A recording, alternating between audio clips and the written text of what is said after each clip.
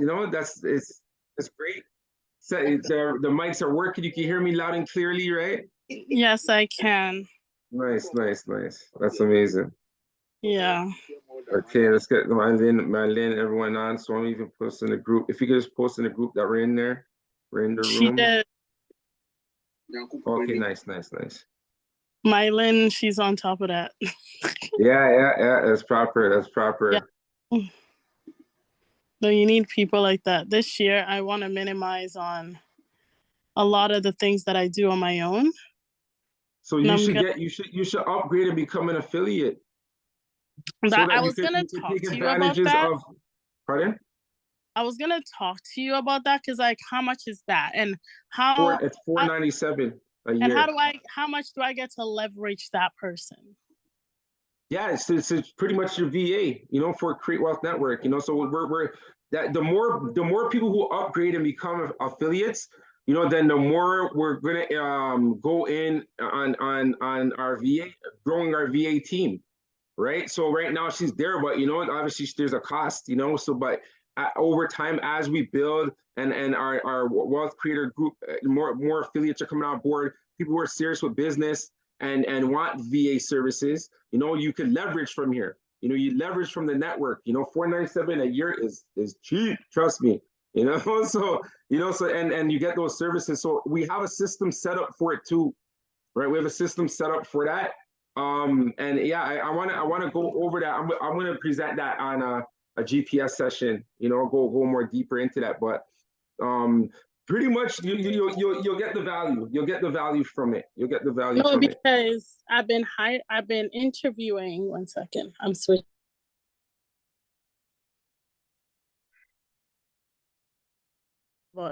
I've been interviewing VAs because I need this year. I've been doing a lot of stuff on my own. I have a Facebook group, and because I'm doing my email everything, it's become a lot for me. So I'm looking.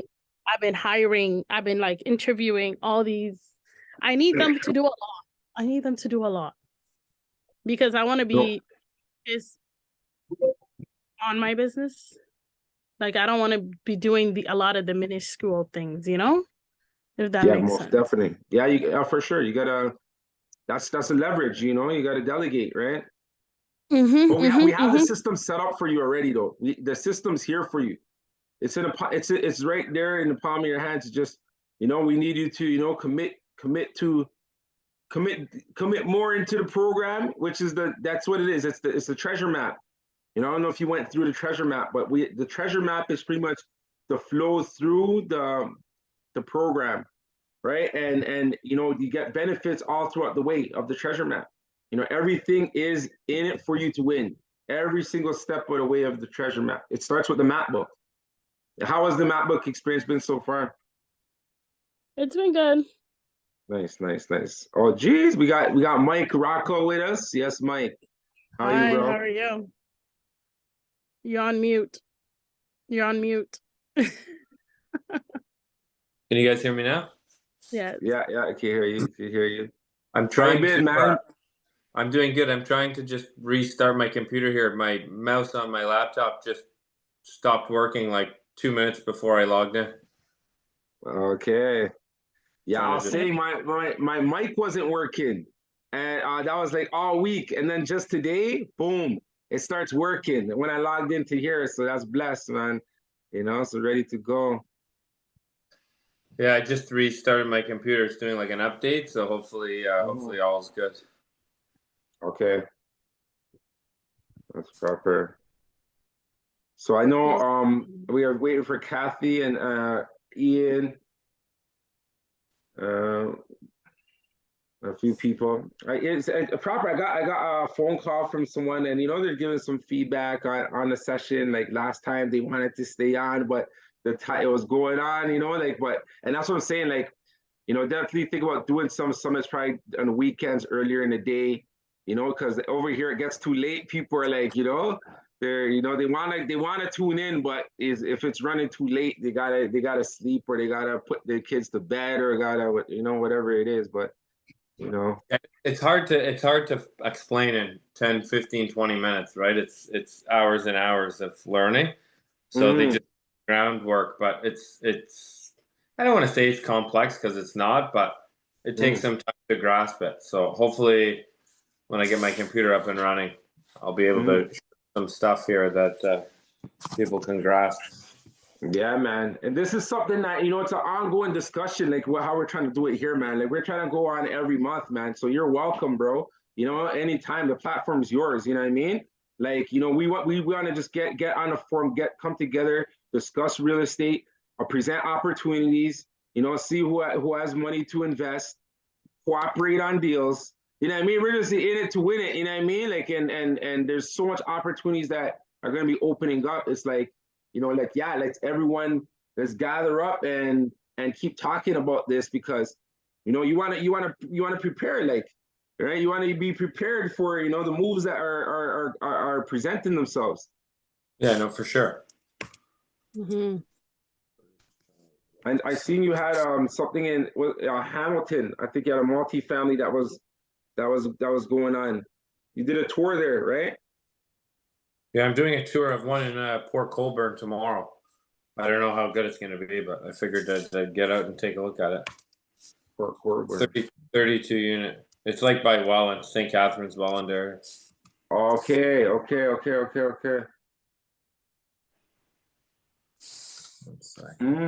But yeah, there's people everywhere renting, though. There are people everywhere renting. So. Yeah. Yo, what? You don't do Airbnb, though? Do you do Airbnb? I don't know. Okay. It's good for cash flow. It's just time consuming. Yeah, Especially if you have like a lot, like to scale. It's a whole kind of separate business. Yeah, exactly. Yeah, so since yeah. Let's get, okay, someone's joined. Cat, who's that on here? I'm gonna make everyone a co-host. Okay, we got a guest here with us.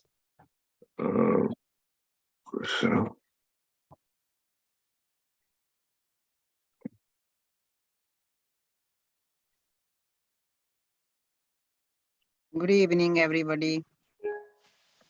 Good evening. I'm Rick.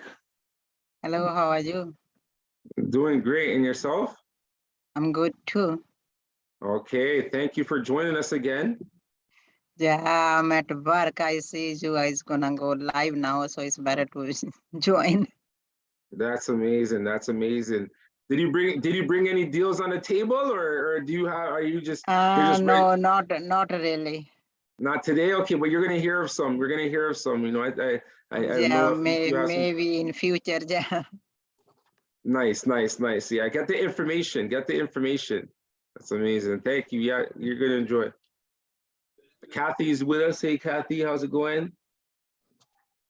Hi, everybody. Good. How are you guys? Doing good. Jackie 𝗥𝗲𝗃𝗀𝗃𝗀𝗃. Hey, Jackie. Hi, Jackie. Hi, everybody. Hi, Portia. Hi, how are you? How's everyone? Yeah. So what's the lineup, Richard? Yeah. So if it was sent in the WhatsApp group, but pretty much how it's lined up is, let me see this here. I wanted to go after you, Cathie. Okay, yeah. I actually have a function to attend, so I'm going to present and then I'm going to scoot out if there's no questions at the end. Okay, sounds good. He's like, I could read your mind, Cathie. Thank you. I'm actually going to present a deal tonight. I have an assignment on hand. Okay. It's a great deal. So I'll do a presentation on that tonight. And then I have a few other deals that I have in hand. So I can talk briefly about those also. Yeah. So I guess we're gonna wait a little bit until some more people jump on. Yeah, people are joining in right now.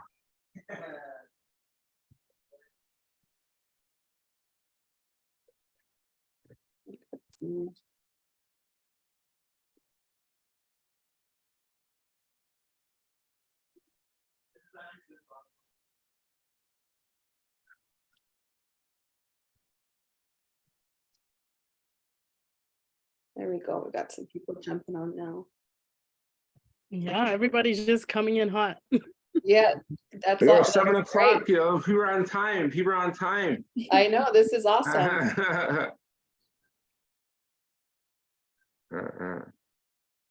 Hi everyone, this is Rima. Hi, Rima. How are Hello, you? Rima. Doing wonderful, wonderful. How are you guys doing? Excellent. Excellent. great. Beautiful, beautiful. Happy holidays to everyone that's here. Hope everyone had a nice Merry Christmas, and New Year's coming and everyone's pumped up and ready to go for the new year.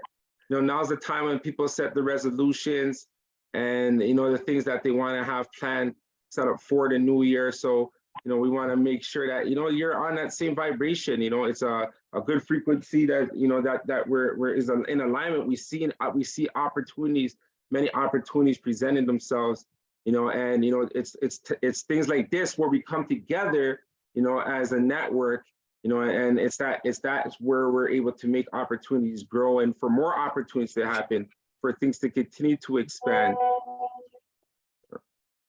All right, so yeah, so I appreciate everyone that's joining us right now. Mylene, if you could just share your screen, get the presentation set up on screen. It's a really sweet summit. Oh yeah, it's in the WhatsApp group. Oh hey, I think my Lynn sent it.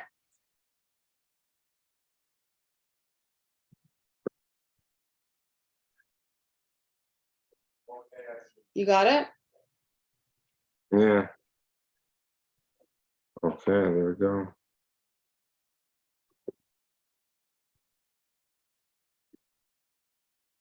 All right. Okay, so thank you everyone for tuning in. This is our second session that we're doing right now, and you know, I'm so grateful for, you know, the turnout and the people that are on here during this holiday season. Everyone's in holiday mode, right? But you know, we still always have time to talk about real estate, right? And be prepared for real estate, right? Like right now, you know, I liken it kind of like, you know, when we're all studying, we're all in school. And, you know, we had our test, the test was coming and we knew the test was coming. And the people who got the good marks were the people that were studying, they were preparing, they prepared for that test, right? And that's pretty much what we're doing right now. We know, you know, many opportunities are presenting themselves, and as they present themselves, you know, we want to be in front of them and be in a situation where we have the opportunity to make things happen, right? You know, on the line right now, we're network with many professionals. We have many real estate agents, mortgage brokers, lenders. You know, we have, you know, real estate investors, you know, with, you know, just money ready to go. Right, I got a call prior to, you know, today, and you know, someone who's on right now, or it will be joining. I haven't really got to check if he's on, but he said, hey, like I have 50,000 ready to go. Let me know, you know, what I could get involved with, right? You know, we have other persons filled our form. You know, it's that they had 200,000 ready to go. You know, in terms of investment, they're just looking for good opportunities, right? So if you're in a situation, you know, there's setup structures of partnerships, and you know, where, you know, whatever your investment is, or whatever you have available, you know, maybe you can get into something. Right, so that's why, you know, we ask you to bring your deals to the table as well, right? And you know, that's pretty much, you know, what we're here to do. So thank you everyone that has joined us today, you know, and continue to join us, because this is something that we're going to do every month. We're going to do this every month, you know, for 2023. You know, it'll be closer to the end of the month. We're gonna present this again. We're partnering to invest in real estate.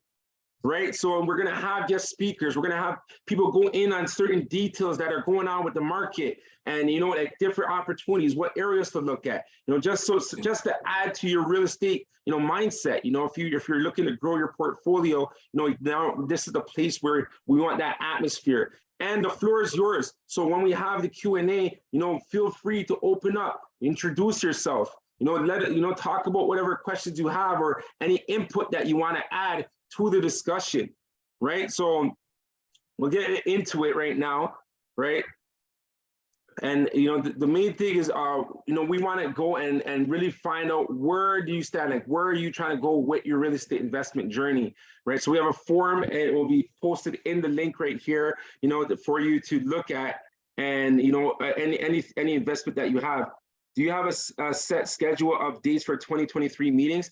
Well, no, they're going to be all pretty much the last week of the month, Tuesday, Wednesday, so or depending on the interest, we may even have other ones that come in between there. Like I had a guest that's with us today, who called as well as my auntie, Christina. She called and she gave some feedback. She's like, oh, the last one, I liked it so much, but it was running too late, at the time. So like if it could be on, like, so she wanted more time, but just the time that we have, 7 o'clock.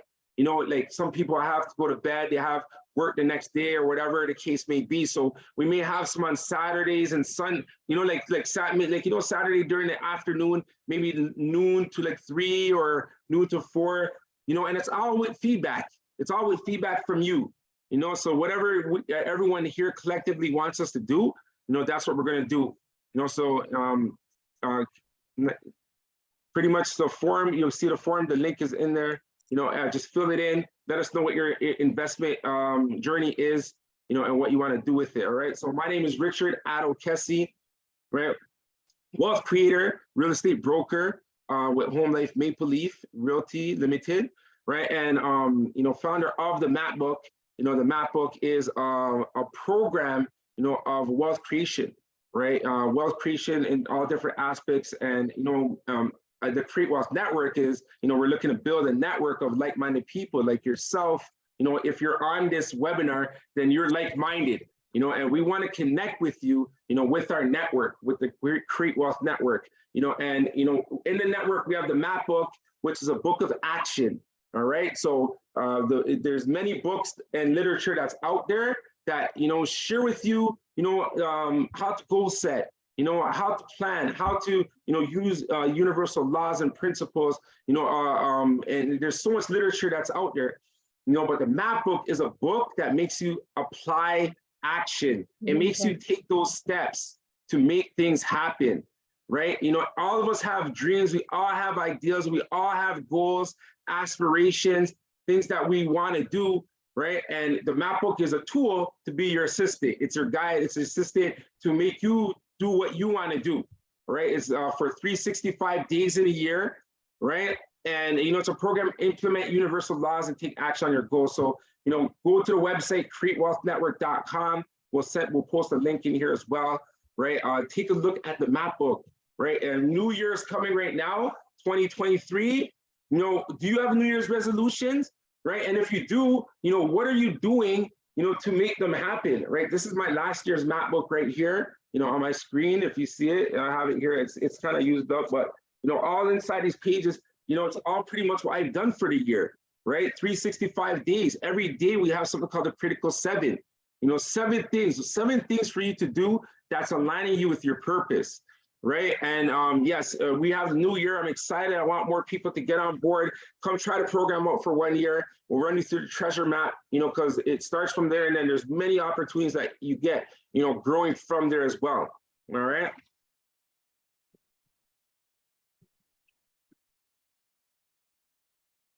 So one of the laws, within universal laws and getting to understand is a law of polarity, right? The law of polarity, pretty much states that, everything is, so, life is a collection of experiences. We're going to get many experiences that are presented to us, and the experience is, right? We determine whether it's a good experience or a bad experience. We determine, right? You see, like the pendulum, right?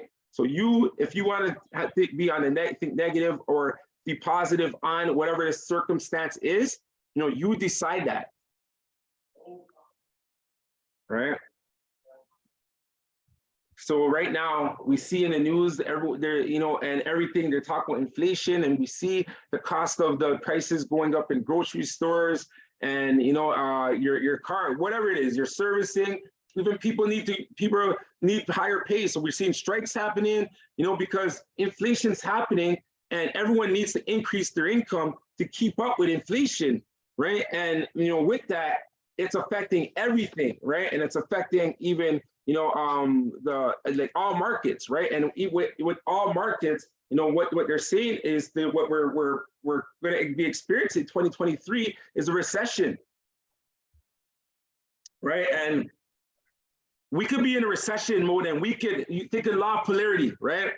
So we could be thinking, oh, it's a recession, and we could be thinking, oh man, you know, we're doomed or whatever it is. Like, oh, you know, I'm not gonna have no money to pay for my next meal, or I'm gonna have whatever, like, right? So you could be going in and thinking negatively, or you could look at as an opportunity and see, okay, so this thing's happening right now. You know, yeah, maybe I need to restrict my spending. You know, but at the same time, when I do spend, let me go and find some different opportunities that are available. You know, so that, you know, during this recession, I'm in a good position. Right. So it's about where you're actually putting your focus and attention on, you know, and that's why we want to have this every month for this new year. We want to make sure your frame of mind is in the right place. And we want to make sure that you're going and you're seeing opportunities as they present themselves to you. Right. So right now, this is actually a good thing. It's a beautiful thing. That's how we have to see it. We're not going to push the panic button. We're going to see the window of opportunity. Right. And there's a window of opportunity that's in front of us. And we want to make sure that we, you know, move forward with it, right? And as we move forward with it, you know, that's why we have all our speakers here with us today. We have Cathie Decicco, Nuamah, Porcia Boateng, Collins, Boakye-Yiadom, and Mike Rocco. You know, everyone has their experience in the real estate industry, you know, and are here to give you information, right? So, you know, thank you for all of our speakers. We're going to get right into it. You know, with the speakers going in, you know, so Cathie, and another thing as well, after each speaker, you know, we have a Q&A. So if you have questions, please ask your questions, right? And we're going to allow you to bring deals to the table. So knowing that we're going to do this every month, you know, if you have some deals, some good deals, whether you're a realtor and you have a certain listing, or, you know, if you're a real estate investor and you just need more investors to come get involved, and, you know, want to, you know, go in on a property, you know, bring your deals to the table, right? And bring your friends and family to this as well, so we can get more money under the tables. We have more leverage. You know, we could do more things collectively, right? So, you know, bringing your deals to the table is a big aspect of that, and your input is as well. All right. So Cathie Decicco, you know, wealth creator, you know, please take the floor. All righty. Thank you, Richard, for the intro. I'm just going to share my screen with you guys. Share. And I will jump right into my presentation. Can you see my screen? Yeah, yeah. Okay, awesome. Okay, so with everything that Richard said, I'm actually going to bring a couple of deals to the table. I'm going to present one in completion, and then I have a few more in hand that I'll just briefly go over. So if anyone is looking to buy an investment property or a home, the first deal that I have in hand, it's an assignment sale, and I'll just go through the information here on it. One sec. Okay, so guys, one sec. Okay, so this deal, it's a townhome and it's located in Riverside Village in 𝗱𝗏𝗄𝗏. So 𝗱𝗏𝗄𝗏 is located between Woodstock and London. So it's about an hour and a half from Toronto. So it's a charming little, if anyone's been out that way, like it's very charming little city or town. It's small town, about population of about 3,000 people. So it's very much a bedroom community, but it's quite close to London. So for people who are looking to invest or looking for a first-time purchase and their workplace is out that way, it's a great opportunity. So guys, 1 second. So it's a small town, but it does have, you know, city amenities within the town. So it's not super small where you can't pick up your local amenities. You know, there's a Tim Hortons there. There's the, you know, all your kind of local amenities, and there's lots of parks and trails. So it's quite a lovely little town. So very picturesque. So what they're doing here is they're building like a community. It's a master plan community of affordable homes. You know, it's got high accessibility to highways. So like I said, right into London. It's like, you know, someone who's very like wants that kind of a small town feel, or for small town living, like take things a little bit slower, like it's a perfect little location. So this is the community that they're building. So as you can see, it's very mixed use community. So there's going to be 2-story townhomes. There's going to be bungalow towns. There's a whole across the back, a whole avenue of green space. And then there's also, they're going to be mixing in some employment use and commercial, and then adult. In the pink area at the top is going to be like medical and retirement zoning. Okay. And then this particular townhome, it's located on one of the main streets going in, and then it's the second one in. So it is an inner unit townhome. This is just a rendering of what the developer has come up with for kind of the look of the community. So like I said, there's going to be, you know, mixed use within the community. They're higher end finishes. So main floor with 9-foot smooth ceilings, like your stainless steel appliances, quartz countertops, hardwood floors. So it's not cheaply built. Like they're a good quality builder. Again, sorry, one sec. So the one that I have on assignment right now, it's freehold, so there's no maintenance fees. It's 1,470 square feet. It's an inner unit, single car garage, and it has driveway parking also. So there's a sample of the floor plan right there of the main floor.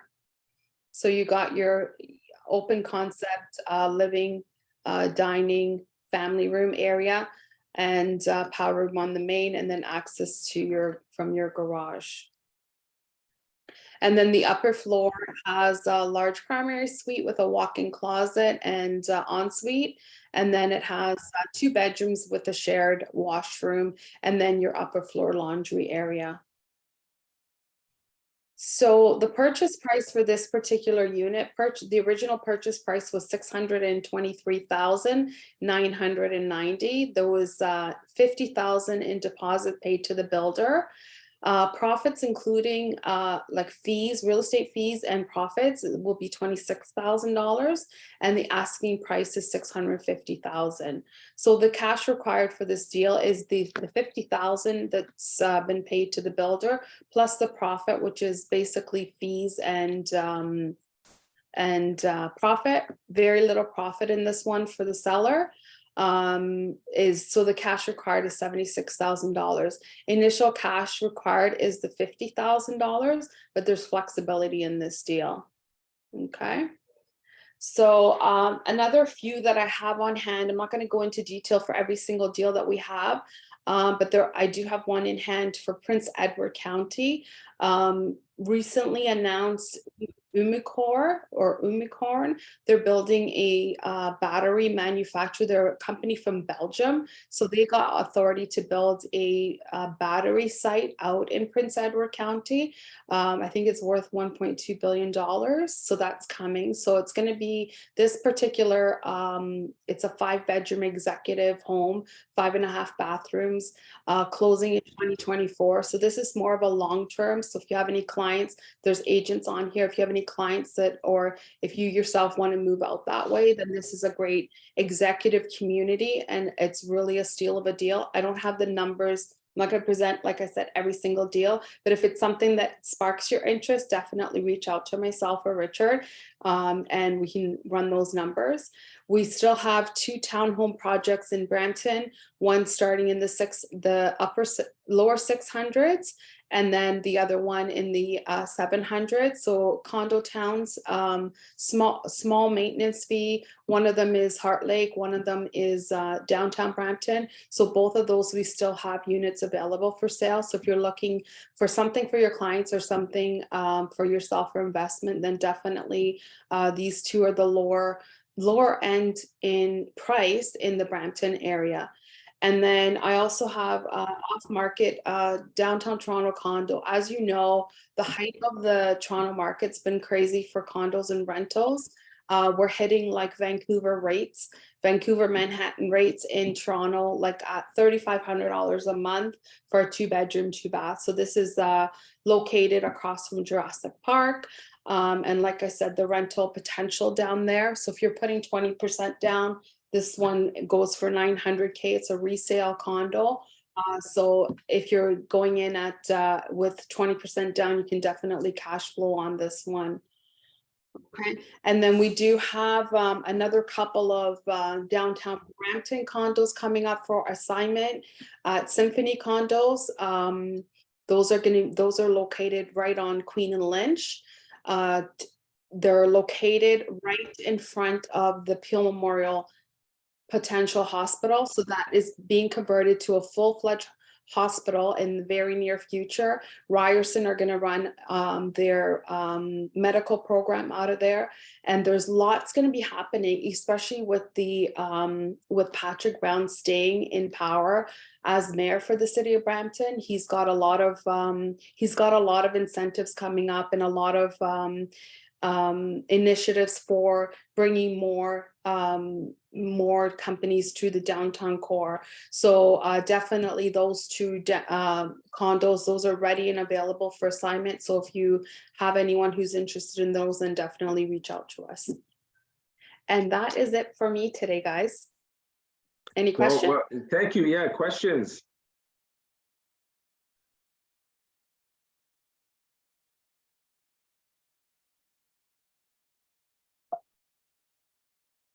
No questions? I think you have one in Look the at the chat. text. Oh, sorry. Where's the chat here?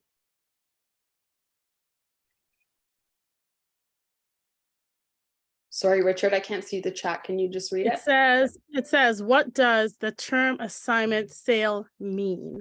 So basically an assignment sale is the sale of a contract. So let's say I go to a brand new construction site and I buy a unit from a builder directly.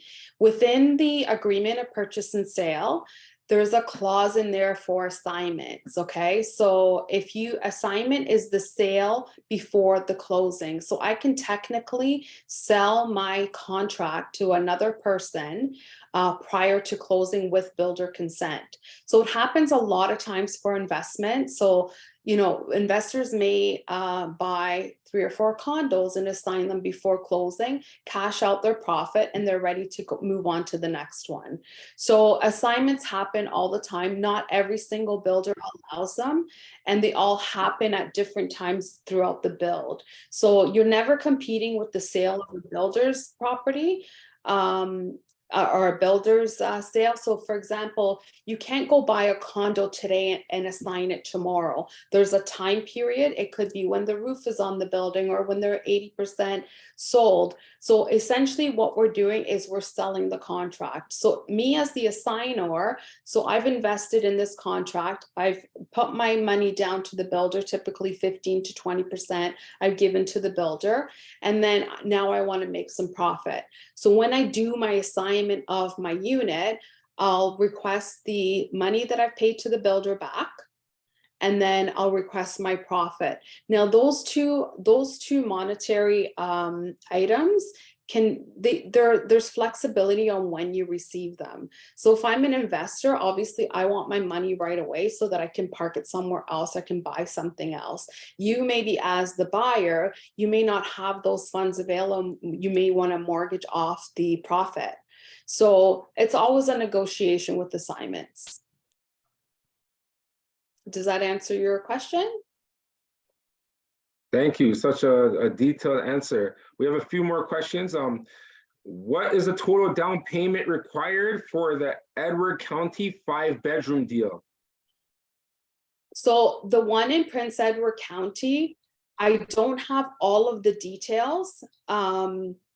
The property owner will have them to me, and I was supposed to have them in my email today. Unfortunately, I didn't get the agreement of purchase and sale, and when it came through, it was very fuzzy. So, but I can definitely get those numbers to you. So if you want to drop your email or your phone number in the group, then I can definitely get you those numbers.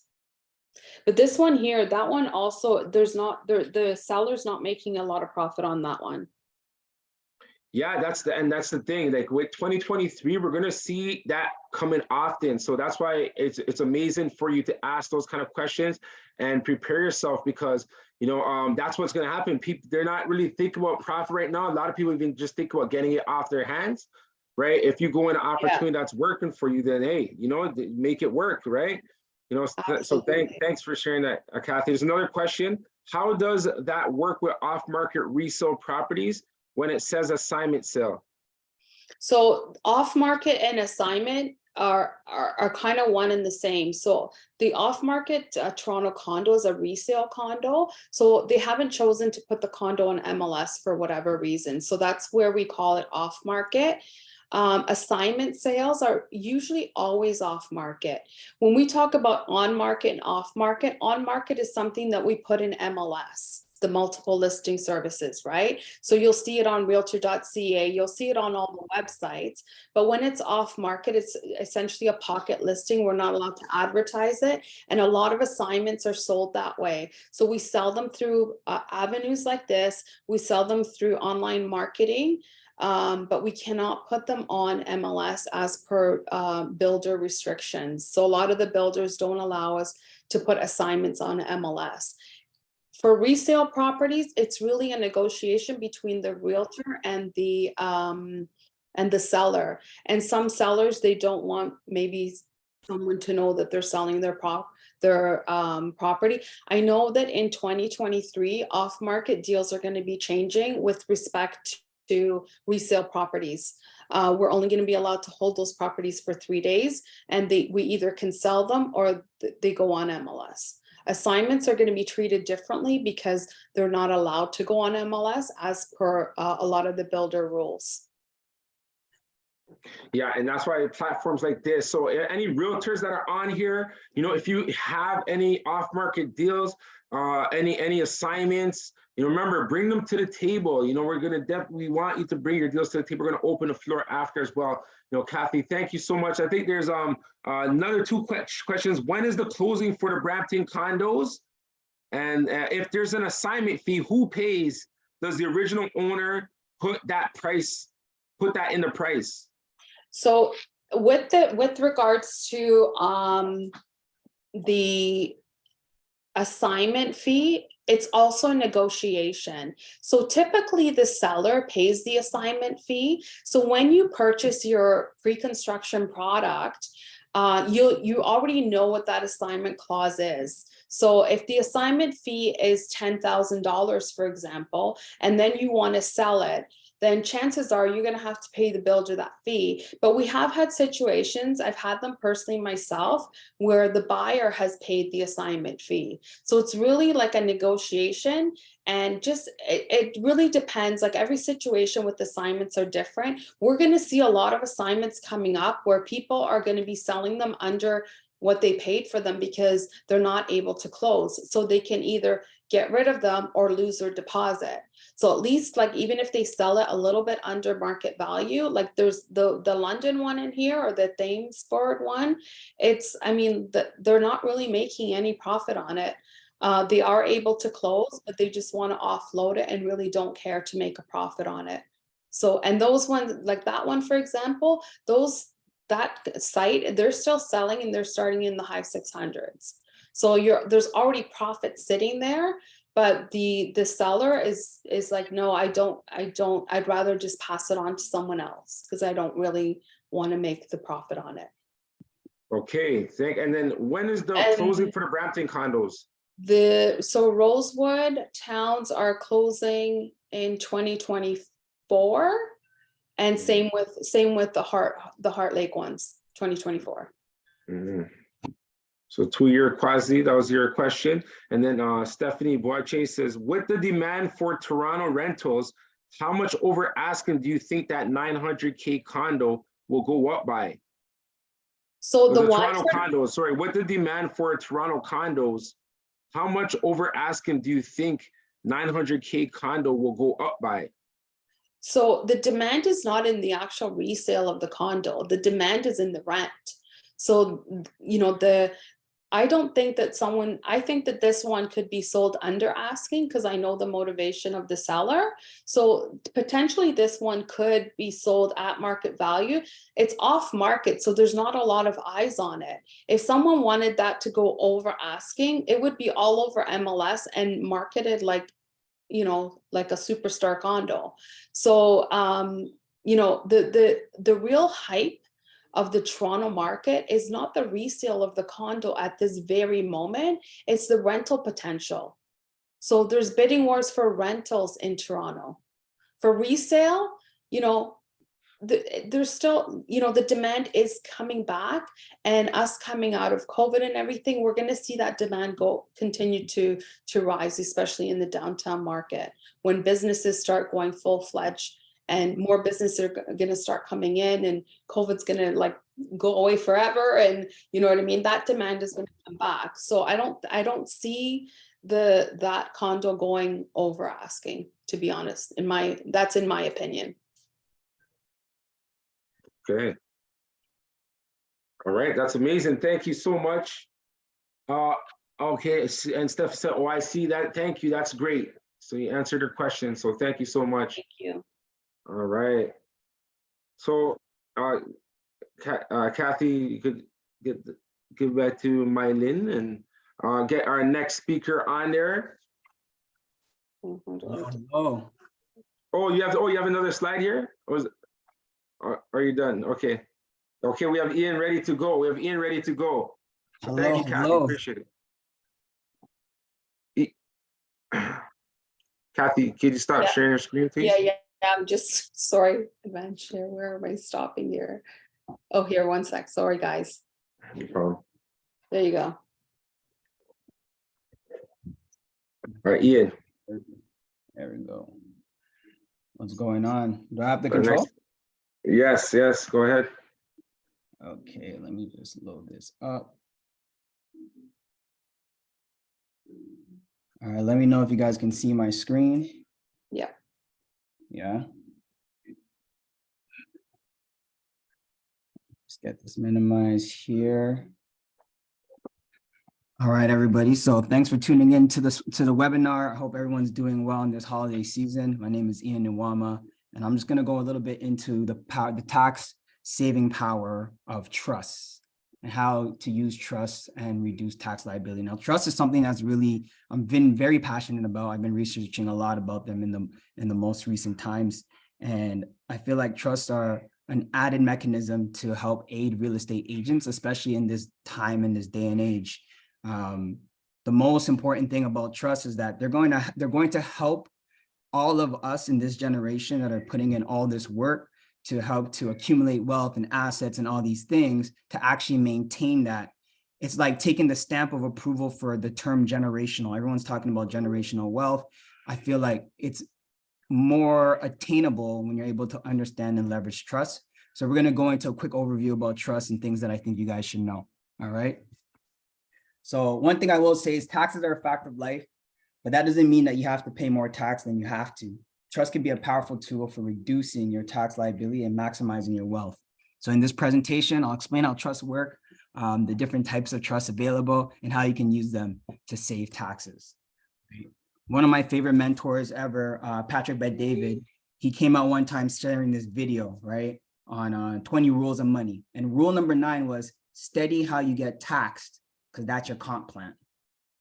So study how you get taxed, because that's your comp plan. And what he meant by that is that the compensation plan for most people in an economy is literally done by just following the tax code. If you follow the federal budget, for example, you will be able to see that the federal budget has certain initiatives that they're looking to take advantage of or make or encourage certain behaviors.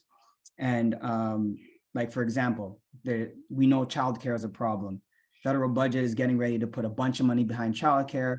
And so if you're looking to kind of jumpstart, a business or get into some type of industry where you'd be able to get a lot of funding, childcare is one of those industries that you may want to jump into now, because this is an initiative for the government. So if you study the tax code, you'll figure out what your compensation plan is and kind of move with the wave instead of going against the wave. So what is a trust? So essentially, think of a trust as a vehicle used to transfer assets from one person to another, whether that's financial assets, whether that's real estate, whether that's stocks, whatever it is that you think that you may want to put in a trust, that's what a trust is, right? So trust is a legal relationship in which one person called the guarantor or the settlor transfers ownership of the assets to another person called the trustee. And that person is going to hold and manage those assets for the benefit of an individual or an organization or more than one individual called the beneficiary of the trust, right? If you see here, I got my Brinks truck, right, moving the money. Let's see, next slide. So I just mentioned a few terms. So a few things that you have to understand about a trust is that a trust has some parties that are keys to the parties. If there's anybody that's watched the show Power, you'll understand that at the end of the first season, when the end of the first book, when Ghost did pass away, there was a transfer of wealth from the father to the son.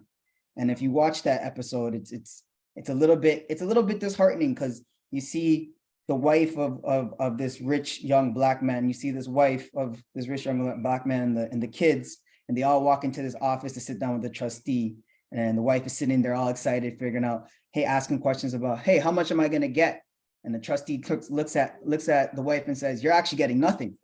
It's all going towards Tariq, which is the son. And the other catch is that Tariq can't get $1 until he finishes school. So this is the power of the trust. So in that situation, you have a guarantor or a grantor, which is the main person, usually would be the person who's done the work to accumulate the assets, and they're looking at putting that into this vehicle. You have the trustee, who would be the person that's in charge of making sure they're doing a term that we use called the fiduciary duty. It just means like a duty or an obligation to make sure you're working in the best interest of the people who will benefit from those assets, which would be the beneficiaries and the kids. So if you like my power reference, give a thumbs up in the chat. So again, a trust is a legal relationship with one person, the guarantor, who transfers ownership of assets to another person, trustee, to hold and manage for the benefit of one or more individuals, the beneficiaries of the trust, who will eventually receive the assets. So all these things about trust, and I just double check. Can you guys still see my screen? Yeah. Yeah, okay. I just got a weird message saying that who can see my screen, so I want to make sure it's still working. So all that talk about trust. Now, why you might not want to use a trust. So trust can be pretty complicated. We actually have different layers and different components of trusts, where in one section you have like a testamentary trust, and then the other section you have an inter vivos trust, which means living trust. In other sections you have formal trusts and you have informal trusts. I'm just going to be saying trust the whole presentation, so get used to it. So so one reason that you may not want to use a trust is because trusts can actually be taxed quite aggressively. So if you get an ordinary trust, trusts are taxed at the top personal tax rate at 53.53%, which is the top tax rate right now. So that might make you say, why would I use that? And then they could be quite complicated, right? You have something called a guaranteed rate estate trust with the GRE trust, which can be created upon death, right? So this is a topic that sometimes can be a little sensitive, similar to life insurance, because we are talking about death. And then you have other different types of trusts, which are very special trusts, which are charitable trusts, special needs trusts, and generation skipping trusts, right? Like I said, I'll be saying trust a lot, so get used to it.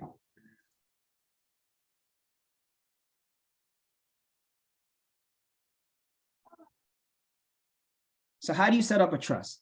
All right, you can go down the formal route and go see Proctor, the lawyer, and Proctor could take care of you. And it's similar to seeing a lawyer to help you write a will or anything of that nature. Or you can do an informal trust. And I think the banking world has done a really good job at now promoting and marketing trust. Like I've seen some advertisements come into my email recently of, hey, come and set up a trust. And an informal trust, there's no formal document. You literally just go into the bank, and the only real legal documents you're going to be using are going to be the paperwork you're setting up for those, right? Now, with these trusts, they can do a bunch of various different things, right? Unlike other tools that you may have heard of, like a TFSA, which is a tax-free savings account, an RSP, which is a registered retirement savings plan, or an RESP, which is a registered educational savings plan. Those things are accounts that are open with all specific reasons, and they're very fixated on the goals that you can put them towards. Imagine a trust, or especially in this case, an informal trust on this side. An informal trust is similar to those, like you can have those same components done in them, but it's more like a blank slate that you get to kind of decide whatever it is that you want to use that trust for, right? So an informal trust, if anybody is interested, I would recommend starting just walking to a bank, maybe ask some questions, maybe make that as an actionable step that you can take away from this presentation as we start to do more presentations about trusts. And I have a whole segment on trusts that are going to be coming. We're going to probably do a masterclass coming up later on in March and April. So let's just move on. So here are some of the tax saving powers of trust, right? So one of the biggest tax saving powers of trust is income splitting, right? Essentially what a trust is, it's an agreement, right? And then we'll go back to this agency relationship. It's a three-way relationship, pause. It's a three-way relationship, and you have the person who acquired the assets, the person that's responsible for the assets, and the person that's going to benefit from the assets. And what happens when you have this informal trust is that you're able to pay money, right, into this trust. And let's say now that you pay money into this trust account, the people listed as beneficiaries will obviously receive the end benefit, the economic benefit of that. And because they're receiving the economic benefit of it, that may allow you to take advantage of income splitting, which essentially can help you to save some tax dollars, right? Again, you could put anything in the trust. You can put real estate into a trust. You can put stocks into a trust. You can put cash into a trust. In this example, we're going to just use stocks. Let's say stock A was put into a trust at $10,000, gross at $30,000. Now, Ghost, if you know Ghost's character, Ghost now has the ability to decide if he wants to, move that money so his son can take the economic benefit of that, and then only pay a tax of 15%, right? The other thing that happens is that you also have this capital gain that you're going to realize of $20,000, and that also can be transferred over at that rate, right? The other thing that you can also take advantage of with trust and trust account is that you can also extend your capital gains exemption. Now, for those of you who are not familiar with the capital gains exemption there's this lifetime exemption that if you sell the shares of a qualified business, or if you realize a capital gain on a sale of a business, there's this exemption that allows you to avoid paying tax up to the amount here listed at the top, which is $883,000, right? And this is a great way to kind of help to transfer wealth and plan and strategize how to move things around while minimizing your tax liability, keeping more money in your pocket and less in the government's pocket, right? So in this example here, now if we have each individual gets access to this amount. This individual should have been on this side. Sorry, I think it clicked over. But each individual gets access to this amount of $883. So if you're the one that's tax planning for your family, you've acquired some assets, guess what? You now set up a structure with a trust that allows you to add your kids. If you have 3 kids or 4 kids, add them all on there as beneficiaries. And then now you have the ability to kind of move things around and try to help to acquire and grow wealth now while minimizing and deferring tax to later, right?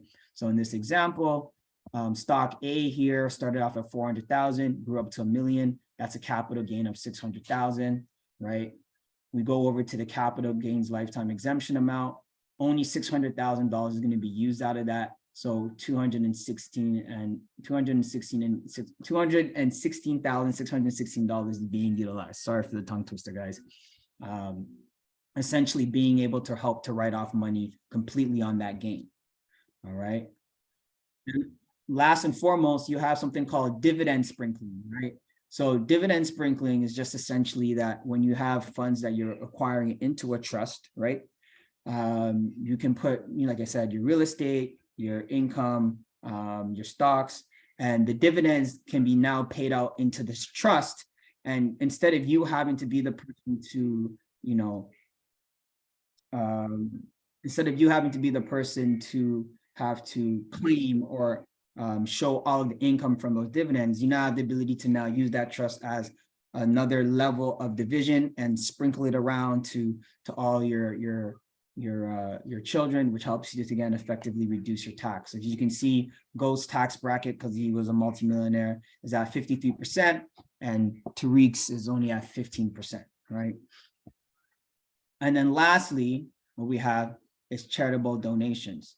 So with charitable donations, right, you're essentially able to use a trust account to make donations, right?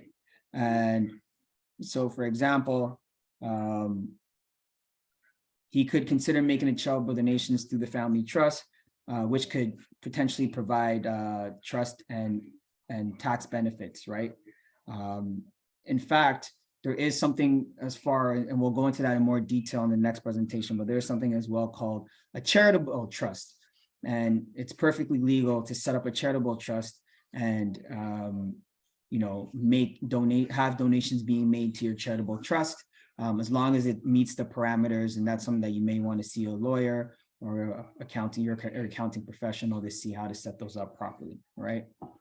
And that's just my quick little presentation on trust. The next time that we do have a presentation, I'll be going in a little bit of deep diving specifically more to real estate clients on how to pay no tax with these top 5 attractions, which is leveraging principal residence exemption, incorporating your real estate. I'm going to go through in detail how to create a bear trust. I'm going to show you guys how to leverage cash out refinancing, which is a great way to pull money out of your real estate. And then obviously the best strategy is to combine and execute all of these to see which one fits best for you. All right. And of course, another thing to highlight here is that we'll also be going over details of the federal budget, because I'm sure a lot of people have questions about this stuff here. The federal budget is looking towards making housing affordable. They have this multi-generational renovation tax credit, which is great if you make a secondary home for an adult with a disability, and so on and so forth, all those other benefits, right? And so my name's 𝗂𝗍𝗏. I'm your tax specialist and an investor, and look forward to the next date, which will release on how to pay no tax and real estate tax saving opportunities, which will be determined going into next month, actually, because we're going to be doing this once a month. And thank you very much for your time. All right, thank you so much, Ian. And if anyone, the tax thing, the more you know about the tax thing, like what Ian's saying, it's like a reverse income kind of way, because like you're keeping your money, and all these structures, anybody could do them, and that's why we have this forum for coming on. Thank you for everyone that's tuned in. We got about 44 people consistently through the first one as well, and this one, and that's amazing. We have someone that just joined as well. And that's what we're looking to do right now. With this summit, we want to gather the people together who are interested in real estate, interested in growing, knowing about taxes, knowing about deals, knowing about mortgage, knowing about financing, investment, multifamily, and that's what we're on. So thank you, Ian, so much. We do have some questions, before we get to the next speaker. If you don't mind, just on your screen, just so let Mylin take over on there. But I'm going to go over the questions for you. Oh, you can see them. You can see them, right? Are they in the chat? Yeah. So yeah, exactly. So Manny. So let's start with Manny, because Manny said, can you set up a trust after you already own, say, 4 properties or more in personal name, regarding any capital gains you have to pay if you put the properties in the trust? So let's say, I'm just going to read that back. So can you set up a Sure. trust after you've already owned, say, 4 properties or more in a personal name? Yes, you can. Are there any capital gains you have to pay to put the properties in a trust? So when you're making a transfer of that asset, you may incur some capital gains. It is possible. There's different strategies that you may want to use. So you could use the strategy of taking the first step. So let's back it up from trust, maybe taking the first steps and rolling those assets into a corporation. Now, if you do that into a corporation first, and then you take advantage of something called a Section 85 rollover, it could allow you to kind of forego having to pay the capital gains and rolling over and deferring that, because you're rolling over that asset in the sense for the business to use for business purposes. And then after that is set up, then you could possibly structure a bare trust agreement between the corporation and yourself to see if you can, set up some type of agreement that way. The other thing that you may want to be aware of, and I'll always reiterate this, because remember, tax happens at all different levels. Most of us always get caught focused on personal income tax, but there's also things like land transfer tax. So when you are making that rollover into a corporation, there often are times, depending on which city you are in, that you may have to repay that land transfer tax at that time. And I think and then with that, in addition to some lawyer fees, and might be your biggest expense. But outside of that, you should be able to kind of defer and push back that tax by using that 85 section rollover. Manny, does that answer your question? You feel free to use your voice as well, or text in there. We want to make sure that all the information is getting understood. Yes, thank you. Great info. Okay, thank you for tuning in, man. We appreciate you. All right, good stuff. And then we have another question from Jackie. Can a business be put in a trust? Yeah, so Jackie, that's a great question. Sorry, Jackie, about the earlier. I didn't realize you weren't that far into power, so I think I spoil alert for you. I apologize, first and foremost. Second off, yes, so businesses can technically be put into a trust. The reason being is because, like, when you open an incorporation, the ownership of that can be controlled and transferred through shares. And so you do have the ability to move shares into a trust, and that's essentially the mechanism you would do to move that business ownership into the trust. Hi, Ian, please, could you send me your contact details? I definitely will. And then, yeah, there you go. I think that's all the questions. Okay, I have a question. All right. Sorry, I have a question. Okay, so Ian, I deal with a lot of clients who are elderly, and there's maybe one of the spouses have passed away. Is it a good idea to put those properties into a trust to avoid probate? Yeah, so again, you definitely want to check with your tax protection practitioner, because everybody's situation is slightly different. But it would not be a bad idea to move that into a trust to try to minimize the probate tax that could apply, right? Especially if you're moving those assets in there, and so for the purpose of now transferring it to the beneficiary. Because once it's in the trust, that mechanism that kind of protects that asset in a sense doesn't have a timeline, right? It's going to live pretty much forever. It's the same concept as like big corporation, right? Walmart's going to be around for eons, even though Sam Walmart has passed, right? So it's the same kind of mindset. And I think it's actually a great question to give you guys more like context. The reason why I kind of started off with a really soft introduction to trust, and like I said, more presentations come, we're going to go in more depth, is because of the fact that trying to acquire generational wealth is very difficult without having this mechanism. What often happens is that you buy assets for your future generation, thinking that it's going to, you know, give them the life that they deserve. And then when you pass, you haven't done the tax planning, you haven't secured the assets in a trust. And then when the ownership transfers from you to your children, it triggers capital gains and triggers probate and all these things, which may force them, depending on the life stage that you're at, to have to figure out how to come up with the money for the capital gains that they need to pay in order to keep that property, or find a way to qualify for that mortgage, which transfer over. And so it becomes a little bit difficult to kind of say we're looking after or going after generational wealth when we haven't planned from the end backwards. So this is where the conversations, and, you know, shameless plug, but this is where the conversations of setting up a trust, seeing your tax advisor, seeing your insurance provider, talking about life insurance, because that's another mechanism that can give you that windfall of money to cover those taxes and those probate if you don't have that in plan, and things of that nature. So we are able to have assets that can transcend generations and, you know, last posterity. Okay, I think Mike Rocco, our special guest, has something to add to that. Mike. Yeah, I was just going to say, if your clients, your elderly clients, are looking to not pay the probate, I would speak to a lawyer, because there's ways to do it without creating a trust.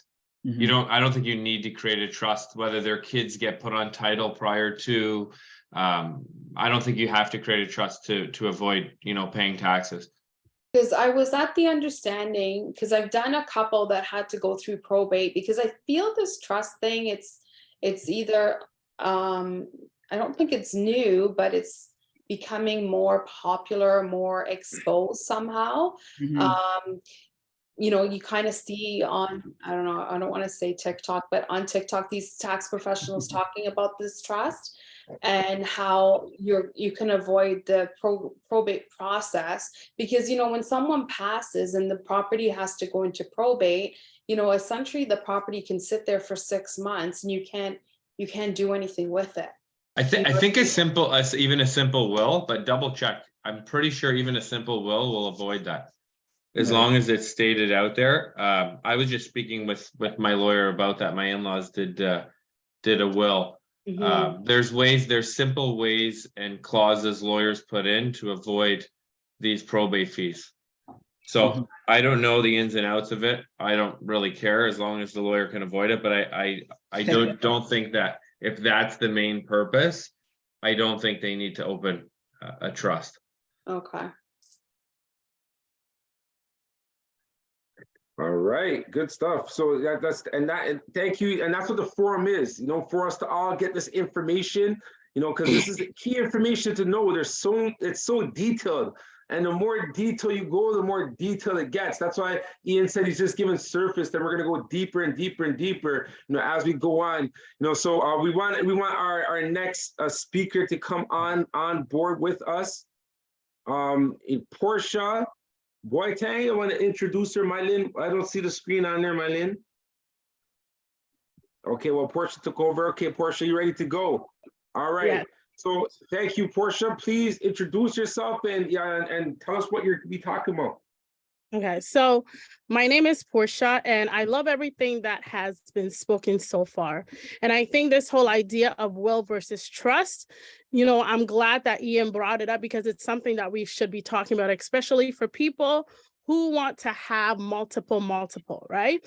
Because the whole thing about trust, I believe, is a way to preserve and keep that in there. Because with a trust, if, let's say, you want to pass a house down to your kid and you don't want your kid's wife to take over it later on, a trust will help you with that, right? Because the whole idea of trust is the idea of we don't trust people. So that's why it was initially implemented, to avoid somebody getting access to your stuff. But so my name is Porcia, and I wear many hats. So today, my question that I want all of us to ponder on is, are you financially prepared to invest? Right? Because that's something that I find a lot of us, we don't think about.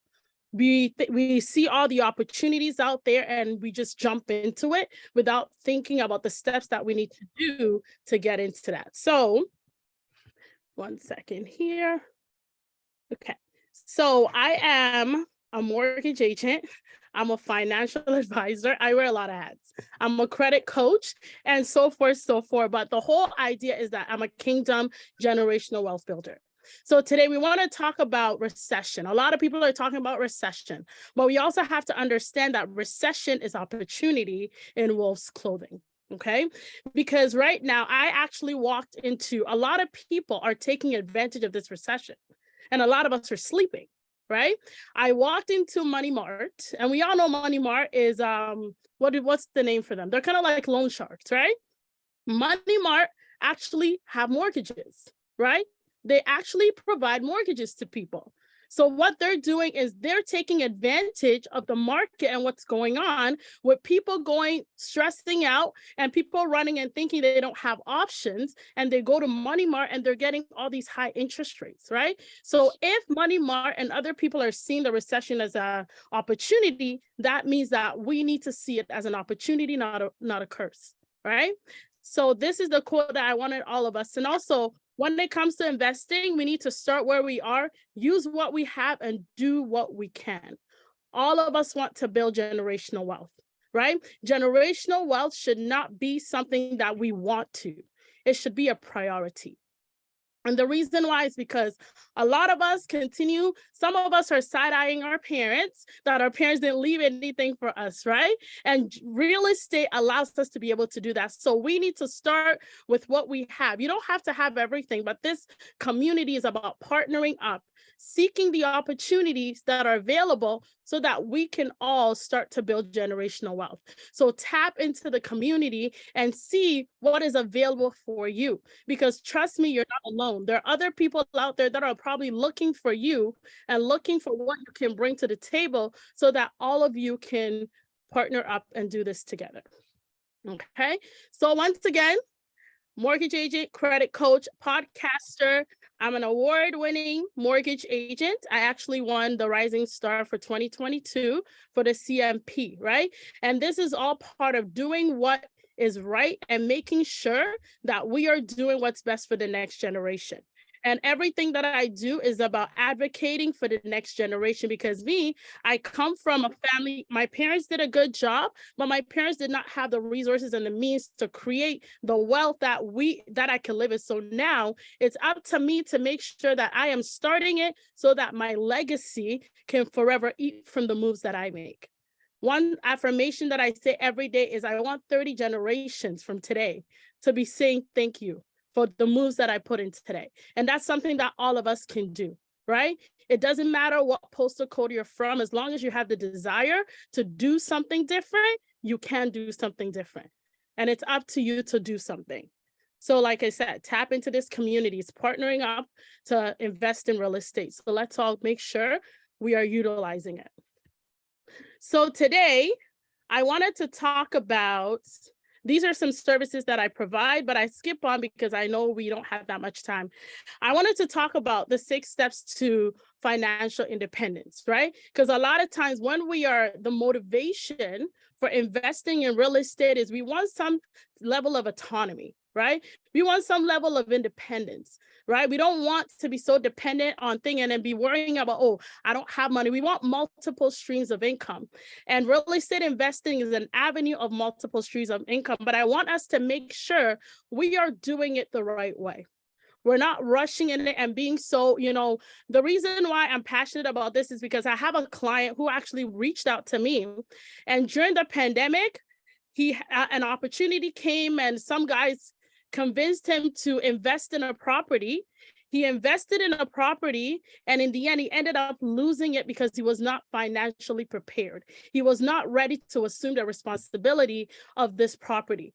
The opportunity sounded good. He bought it. Now he's having to sell it. And even though he's selling it because the market has dipped, when he sells it, he's going to have to pay out of pocket, right? Because his mortgage that he has left over, it is way more than what the mortgage is on it. So we have to make sure that we're doing this properly. And we need to start off by looking at our cash flow, right? Before you start, look at your cash flow. I don't know why it says that, but look at your cash flow, right? What do you have available, right? Because even when you look at your income, to be able to qualify for a mortgage, right? You need to make sure you have the right income, right? And if you don't, maybe partnering up with other people. But we have to look at how much money do we have? Our spending habits, are we in check? Because if you want to invest, you also have to be willing to make some sacrifices. Even if you're investing and it's your first property that you're going to be living in, right? You have to make sure you are managing your expenses properly. A lot of us want to splurge and then complain why we can't access real estate investing. We're not willing to make the necessary sacrifices and monitor our spending so that we can assume the property and take care of it.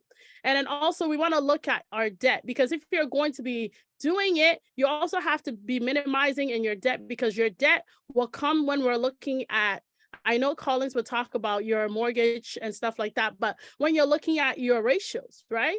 We want to make sure that we're minimizing our debt and we're paying up for our debt, because that debt, if it's not taken care of, you don't also want to have to be making mortgage payments or doing whatever, and then you can't because now you are too over leveraged. And then also right now, right? I have a couple of clients right now who are actually, I advised them not to take the avenue that they did, and they did it. And now he decided to put the home on rent in Woodstock. And now the mortgage payments and the rent doesn't match up, right? The rent that he's getting is literally $500 less than the mortgage, right? And now he's stressed out. So one thing I always tell my clients is, whatever you're doing, you have to also set some money aside, right? You have to put some money aside, have an emergency fund, right? You should always have an emergency fund in your household, but you also should have an emergency fund, especially for investing, depending on the type of mortgage that you get. Because right now, a lot of people are really stressed out. Especially a lot of landlords are stressed out because their mortgage payments and the rent they're getting is not that much, right? But if you have an emergency fund on the side set up for it, you will be able to have the money necessary to be able to take care of that house, right? Take care of the shortfall that you have, right? So even deciding if you have the variable rates keep on going up. So how do you catch up to that? Right? And then also one thing I always recommend to my clients who get variable is, even though you're getting a variable rate, maybe pretend like you have a fixed rate, or even look at how much you are qualified as, right? Start putting that money, that difference aside, so that when the increases start to happen, you're able to kind of use that money you've put aside to kind of complement the payments that you're making, so that you're not stressed out. Right? Because the mortgage rates are going to continue to go up, and you might not be able to catch up, especially in this environment, especially if you have somebody that signed a 1-year lease. You can't increase the payments till the 1-year lease is over. Okay. And then the next here is, okay, so this is after you get the property. Ian spoke about, how do we protect it? How do we preserve our wealth? Right? It's very important, because a lot of times we're building generational and legacy wealth, right? And we also want that generational and legacy wealth to maintain in the family. So imagine, let's say if you get a property, you have all these properties, and you don't have insurance attached to these properties. And then let's say, God forbid, you pass away.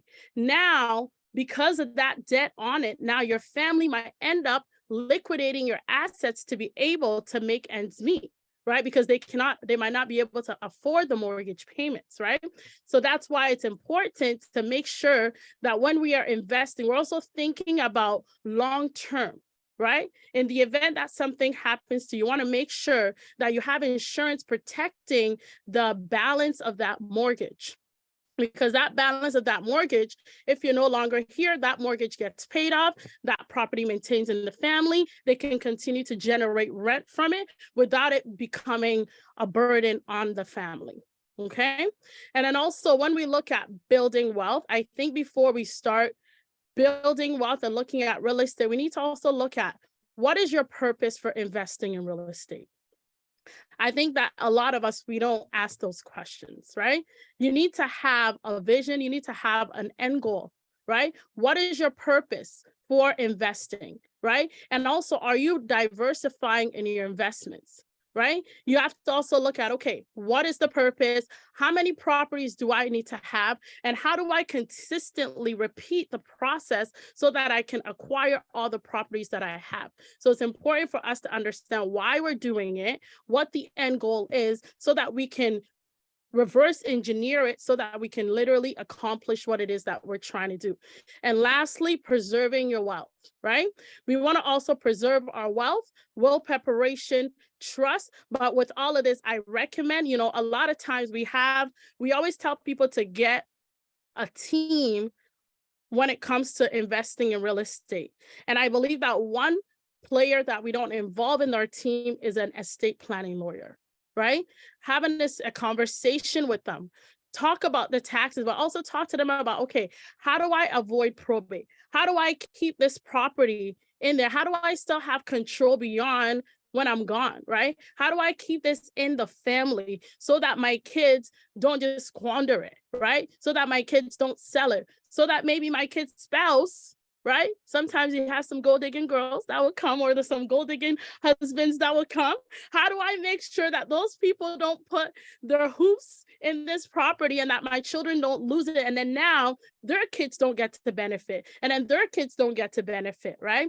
So that money that's being generating in income, we want generations to be able to benefit from the proceeds that you're doing, not just 2 generations. Like they always say, usually assets will last 2 generations, but we're trying to avoid that. We want other generations to be benefit. And also we want to teach the people that are inheriting, because there's one thing for kids to inherit, but there's another thing to educate them. Because if you don't educate them about sustaining that wealth, then they're going to probably not do with it what you want them to do with it, right? So as much as we're building wealth, we need to teach our children. We need to include them in it. Whenever you're, 14-year-old, 13-year-old, 12-year-old, when you're doing your journey, involve them in it, right? Show them, right? Show them what you're doing. Show them if you're going to see multi apartments, take them along with you. Show them, because you want them to be able to understand it so that they could also duplicate the process, right? Because that's the only way it stays, because they have to be able to duplicate, right? Rinse and repeat. And then they teach their kids and they teach their kids. And that's how we keep it long lasting. But I will definitely recommend will preparation, right? We need to preserve that wealth. Will. A lot of people have so many properties and they don't even have a will, right? And Chad Bosworth, that's the same thing. He didn't have a will. And as a result, he lost $1 million of his assets because of just simple will or simple trust, right? So let's make sure that we're not working so hard to lose it when we're gone, right? So implement the strategies that's going to make sure that the wealth that you're creating, you can smile in your grave knowing that your kids are doing with it what you intended them to do it. So basically, that's all, folks. And just another quote, owning a home is a keystone of wealth, both financial affluence and emotional security, right? So let's make sure that we're doing it the right way, okay? And then here, my contacts, if you want to scan my contacts here, you can scan. And my whole vision is I help you make money moves your legacy will eat from forever. And that's what all of us should be striving for, right? And I always have my kids here. She's older now, but I always have my kids here as a reminder of what it is that I'm doing, because I have to make sure I do this so that they can benefit from it. And then lastly, your legacy deserves for you to bet on yourself, take action, and make moves today they will eat from forever. So thank you. That is the end. Thank you, Portia. It's so informative. Definitely you hammered it home. You made your point across, and it's definitely something that we all should be looking into, right? Because we're definitely, looking to build on our portfolio, build on, everything that we're building, but we have to make sure that we know the direction of where all of that's going, like you said, after purchase, right? So thank you so much. Do we have any questions?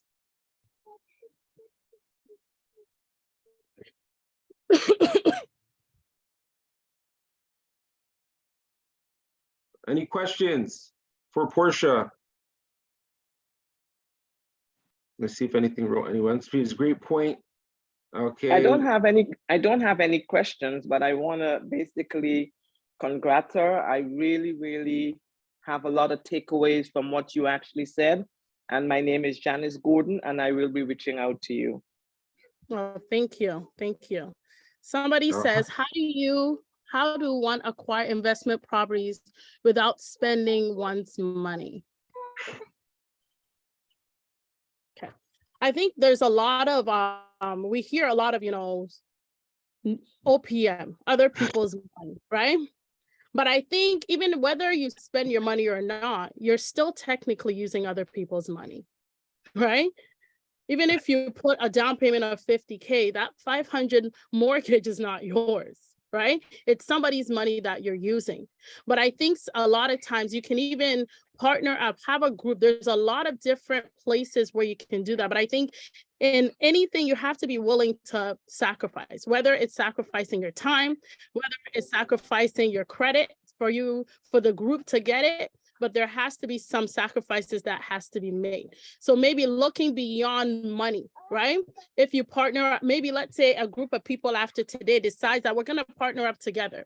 Maybe your money might not be the resource, but maybe your credit might be something that you bring to the table, right? So be willing to do what it takes.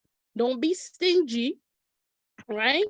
And even when you bring up your credit and you're on the title, don't in the end say that, oh, it's mine. And then, disadvantage people, right? Make sure you're doing things genuinely. But today, before you even go, even while you're at home today, ponder, what can I bring to the table? Maybe you have the most amazing credit that somebody can leverage, right? What can you bring? What do you have? And I'm good. That was so powerful. And that is the truth, because if everyone just came in with an honorable sense where, they're honorable, they're going to do good business, everyone would thrive, everyone would thrive, what's the terminology? Half a watermelon is more than a full grape, so sometimes people want the whole thing, or they want, thing, but it's good if you could spread the bread, right? And everyone can eat. Right. And I think that's one of the things where, lack of trust is enhanced. So whatever it is that you could participate and add, like what Portia was saying, what can I bring to the table? Whether it's credit, information, you go find a deal. Like there's so many different things for you to participate in the process, and you are just as valuable. Manny says, any thoughts on partnering up with someone on a property that you already own or they own and have experience running it? Would this interest investors? We have Mike Rockwell. He's in multifamily. Let's get through him, and then let's get into these questions as well. We have Collins up next. Collins, are you here with us? Yes, I am. Good evening, everyone. Hey, good evening. Good evening. And Collins, please go through, who you are and share your screen and tell us what you're about. And then we know you have a lot of great info. Thank you. Thank you. I'm going to share my screen now. Can everybody see my screen? Yep. All right, perfect. Well, good evening, everyone. Thank you for attending. My name is Boakye-Yiadom. Great presentation by the people before us. And just like Portia has said, we have to think about before we get into the nitty gritty, we have to think about what we need to do. Thinking about the mindset, I think that was a very important point that she touched on, having a plan of action. So now that we've gotten our mindset set straight, now we can take a look at, the different types of avenues where we can actually get to the money and actually learn about which vehicle we're going to take to actually achieve our goals, right? So again, today I'm going to do a little introduction. We're going to talk about the types of lending. We're going to go over the kind of the different types of lenders, and then I'm going to get into some specific investment financing programs that you can use, you or your partners can use. All right.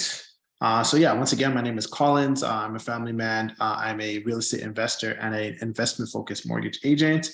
I also am an affordable housing advocate. I sit on 2 boards, the Dream Legacy Foundation, as well as the ARIA Foundation. And I also teach real estate to 9-to-5ers who want to essentially help people build generational wealth through real estate. This is just an example of some of the sessions that I've done in the past, and then my affiliations with a developer named Dreammaker in the GTA. So before we talk about the types of lending, I want everybody to now think and be open, right? Look at the picture on the right-hand side. This is a picture, obviously, of a tool shed or a workbench here. And I want everybody to have the mindset that a lot of financing options come down to the tools that you will use, right? So question, would you use a screwdriver for a nail? Most likely not, right? So you have to think about the tools that are being available to you. And typically those tools on this presentation specifically are in terms of the lending aspect of it. So when we talk about, A lenders, B lenders, C lenders, we just have to think about these as different tools for us to now achieve the end result, right? So again, we need to have an investor mindset where rates in reality really don't matter most of the time, right? If somebody presents you a deal and that deal only works at 2% interest rate, well, then technically it's not really a deal, because we know that 2% interest rates, how we're seeing now, are obviously not sustainable, right? So we really need to be mindful of how we're underwriting a deal and be mindful of, again, having an investor mindset, right? And using the tools available. And then really thinking about what is the total cost of ownership, right? So yes, maybe I may pay a lender fee or a broker fee or whatever it is. However, what over the course of 5 years, 10 years, 15 years, if we're thinking long-term, what is the total cost of that ownership, right? So overall, we're saving money. So in the short term, it might cause some temporary pain, but over the long term, we've definitely made the right decision by gaining cash flow, by getting additional equity, by really just planning accordingly. Okay, so types of lending. So again, we have A lenders, B lenders, and C lenders. C lenders are often called private lenders, but typically if we start at the A lenders, you'll see here, these are your major institutions, financial institutions. They tend to have the lowest interest rates. However, they have like the highest scrutiny. And there's different characteristics there. We'll dive deeper on the following slides, but this is just a visual representation of all the different types of lenders. Now, each lender has specific rules and regulations that they follow, where they will lend, how much they will lend, what types of properties they will lend on. This goes for commercial as well as for residential properties as well. Not all lenders will provide, for example, there are lenders that will only provide that will not fund student housing. And then there are other lenders that will do student housing, right? There are some lenders that will do construction mortgages. Some lenders don't do construction mortgages. So this is kind of another reason why mortgage brokers essentially exist, because we're able to now look at your specific situation.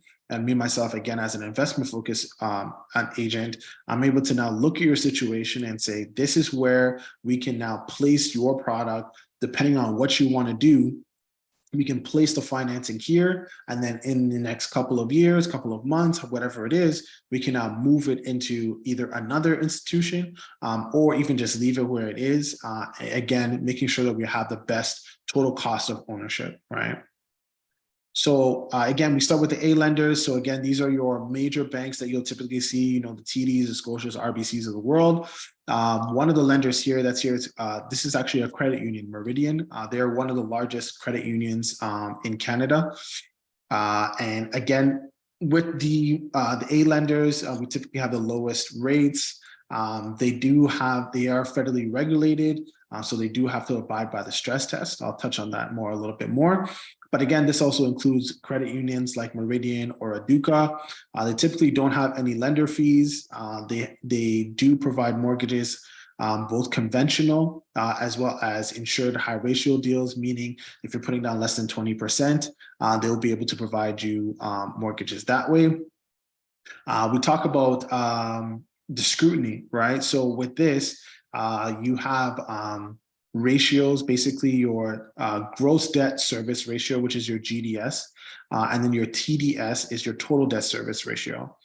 So when you see these ratios, essentially, when we look at your income, we look at your credit, we look at the amount of debt that you have, obligations or liabilities that you have.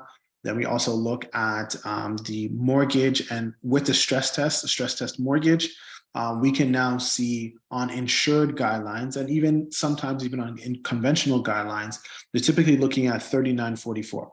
Now, just a note that this, mostly what I'm talking about here, pretty much all of what I'm talking about here is regarding residential mortgages. Now, commercial mortgages, I'm sure Mike will talk about that a little bit more or touch on it briefly, but essentially commercial mortgages are treated completely different.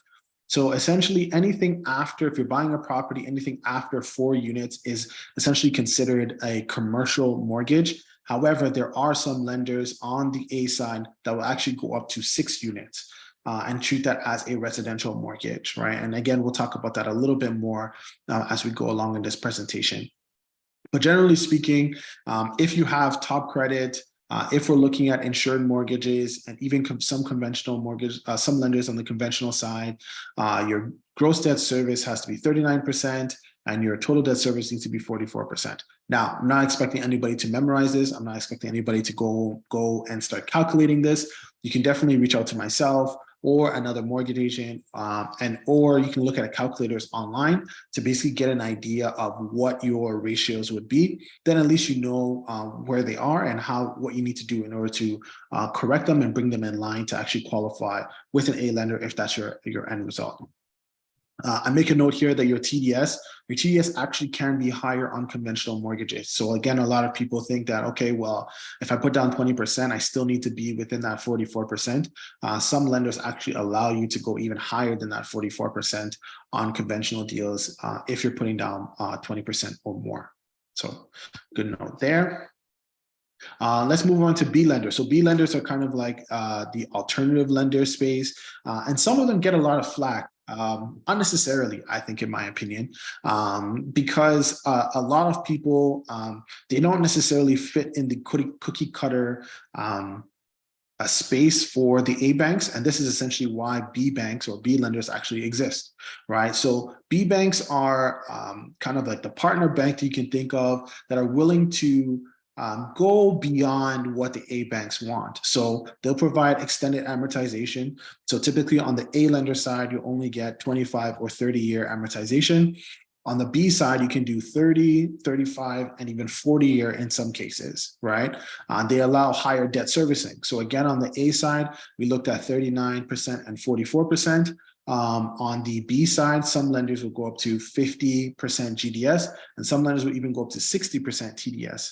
So again, if the ratio over here is actually higher, well, what does that mean? Well, that means that they're actually allowing you to have more debt, and they're allowing more debt and basically allowing that ratio to be higher and still allowing you to now qualify, right?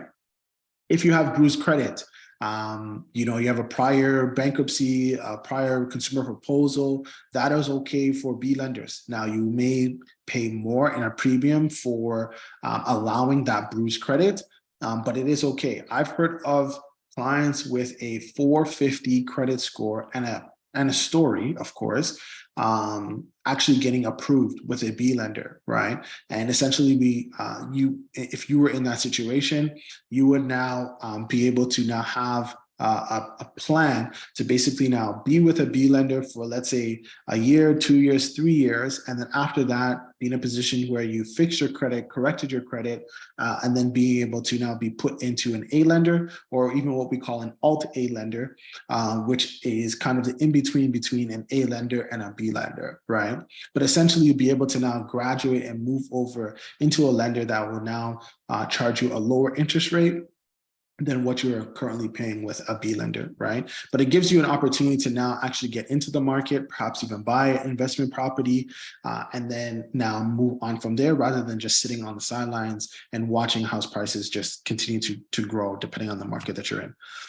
They do typically charge a lender fee, and then there's also typically a broker fee that's also associated with it.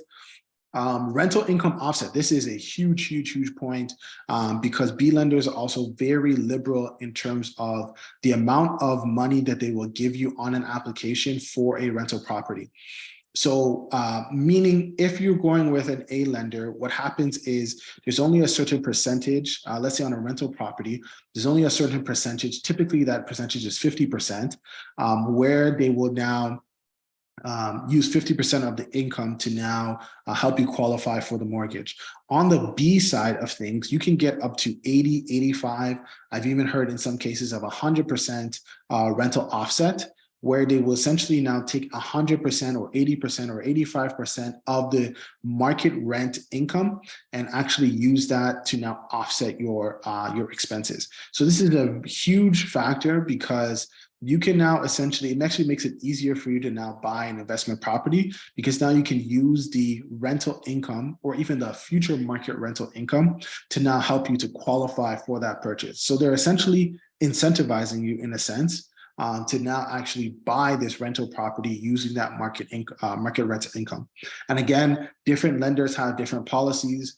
Some lenders will actually do different things where some lenders won't actually even include property tax in the calculations, right?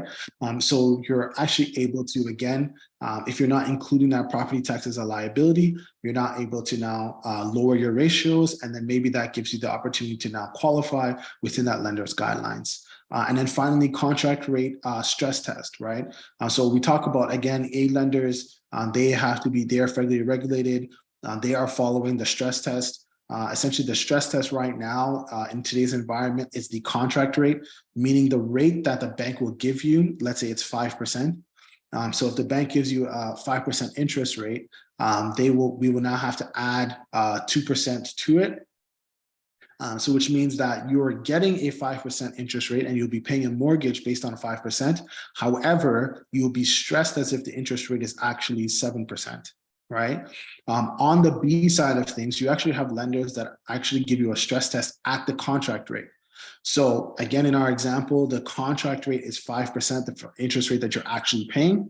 However, on the B side of things, you can actually get stressed at the rate that you're actually paying, opposed to the 7% on the A side that you would have gotten.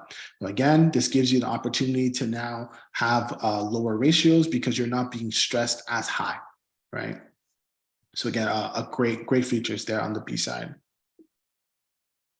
And then finally, C lenders. So C lenders, again, oftentimes called private lenders. This can be institutional private lenders.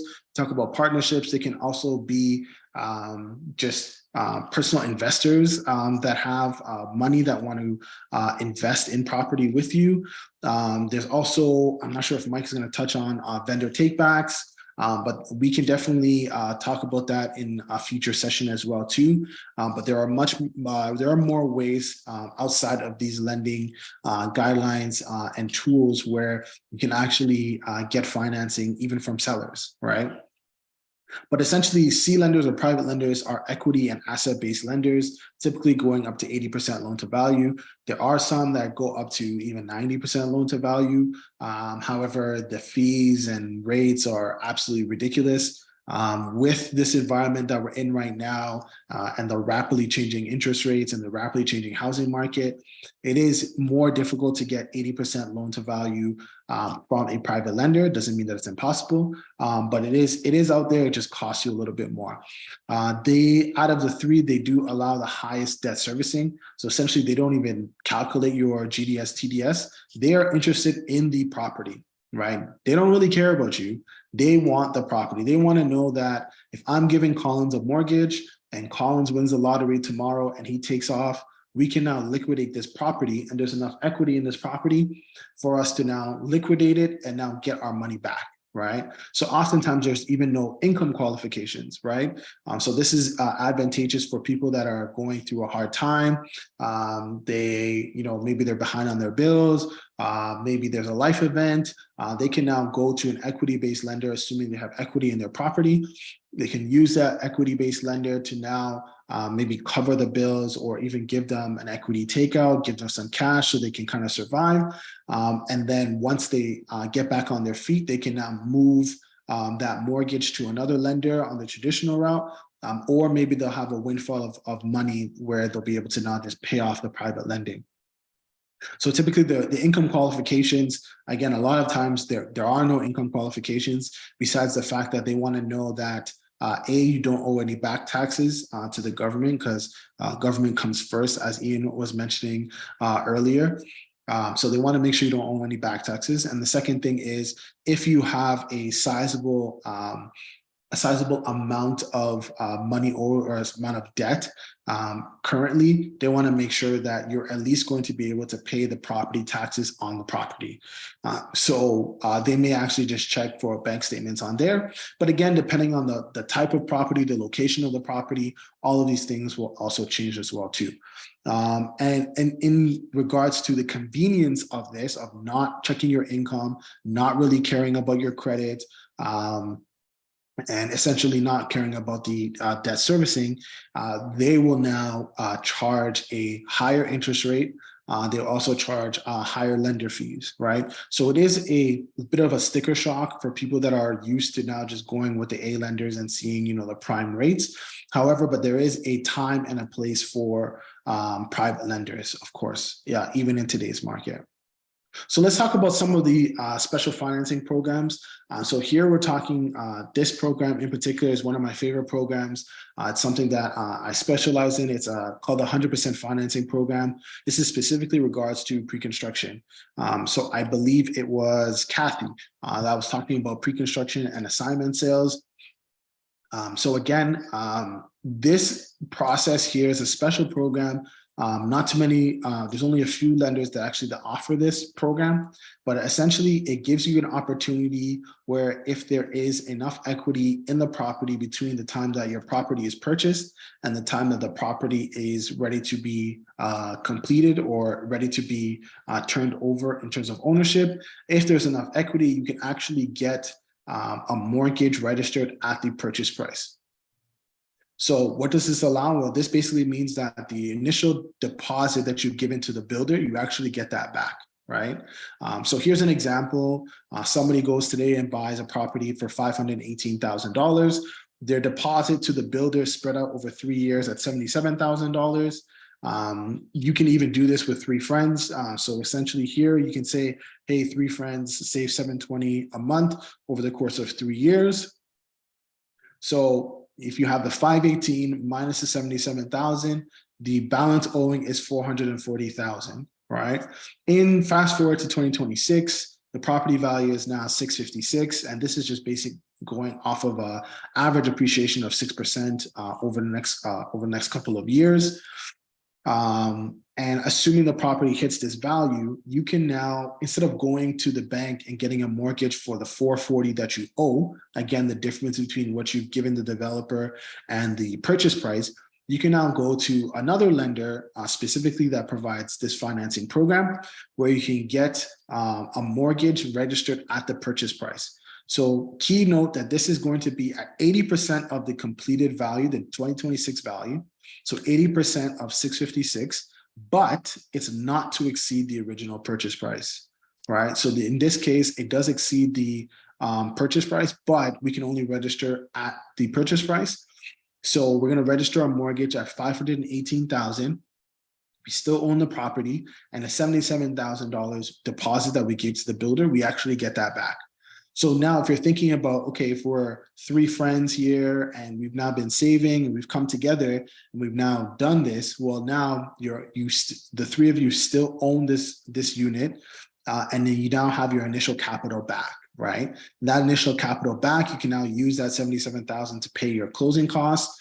You can use it as a reserve buffer. You can use it to now pay any pay any HST that's owed on the property. You can literally use it for whatever you want, right? Or you can just put it right back in your pockets. You can literally take it and then reinvest in another unit as well. So it's a great, great product to use. And again, especially for people starting out, even though we're in this high interest rate environment, there are people that purchased in 2017, 18, 19, and their projects are coming on completion in the new year. And a lot of them qualify for this program. And there are various lenders that offer, this program in different tiers. So you can get an A lender even to now give you this program. And there are specific A lenders, B lenders, and private lenders that offer this program, right? It's just, you just need to be mindful of the location, and there are some stipulations to it, right? But again, this is an amazing program for everybody to be aware of. Number two, a special investment financing vehicle is only $20,000 down payment. Now, typically when you're buying an investment property and it's a strictly investment property, you will not be living there. The general rule is you need 20%. Sorry, Richie, can you hear me? Yeah, I can hear you. I can hear you. So Collins, with this one right here, I know we got some deep info, but we got to continue the thing. So if you don't mind, we'll go to Q&A. This presentation, please hold some for the next session. Sure. Right? If we could get into Q&A for what you talked about so far, and then we get to our final speaker for the day. I'm so grateful. Thank you everyone that's participating on here. We started with over 40 people and we're pretty much at the same number as when we started this. So that shows that the interest is there, guys. We're going to continue to do this every month. Please call your friends, call your family, invite them on here, and look at all the information that we're getting. So we definitely want to answer some questions because that's what this is for. For us to get these questions out, for everyone to get the shared knowledge. We'll be wrapping up close to the 9 mark. We want to get our special guest speaker, Mike Rocco, on here. But before that, let's just get a few questions in here. So we have a question: how do we upscale to a bigger house given the recent dips in home equity? Yeah, so you can look at it really depends on your source for down payment. So again, there's multiple ways that you can actually purchase property. You don't necessarily need to take the equity from your existing property. Again, you can partner with somebody that actually has the down payment and then use that down payment to now go and buy another property. You can now turn your existing primary residence into a rental property and then use that to now go ahead and move on to your next property. So there's a couple of different ways, but it doesn't necessarily mean that you now need to max out your equity. Again, the dip in the market doesn't really matter unless you now want to pull out equity or you're ready to sell. Apart from that, if you have a cash flow asset and it's paying for itself and you're building wealth, then the value of the property doesn't really matter too much. Okay, thank you, Collins. Adejeje, does that answer your question? Hopefully, you give some good answers. You could open your mic up or if you need to text, let us know if that answered your question.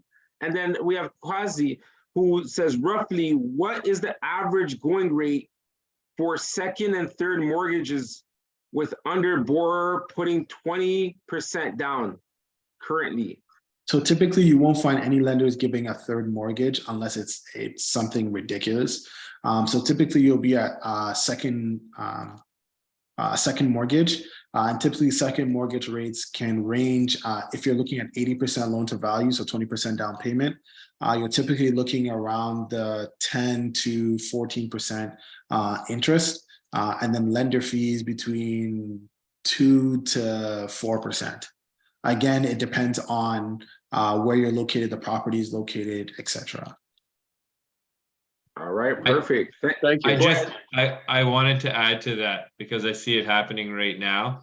Is that right? Right now with where interest rates are, you don't want to leverage up so high. So putting these seconds and thirds, we don't essentially know when rates are coming down. We all have our predictions, but you're going to run so negative with a 20% down payment anywhere, you know, even outside of the GTA, but call it an hour radius outside of the GTA.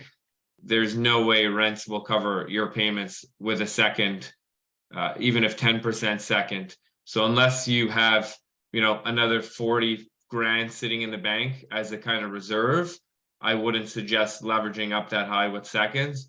But then again, if you have that extra money, maybe it's not even worth putting a second on it.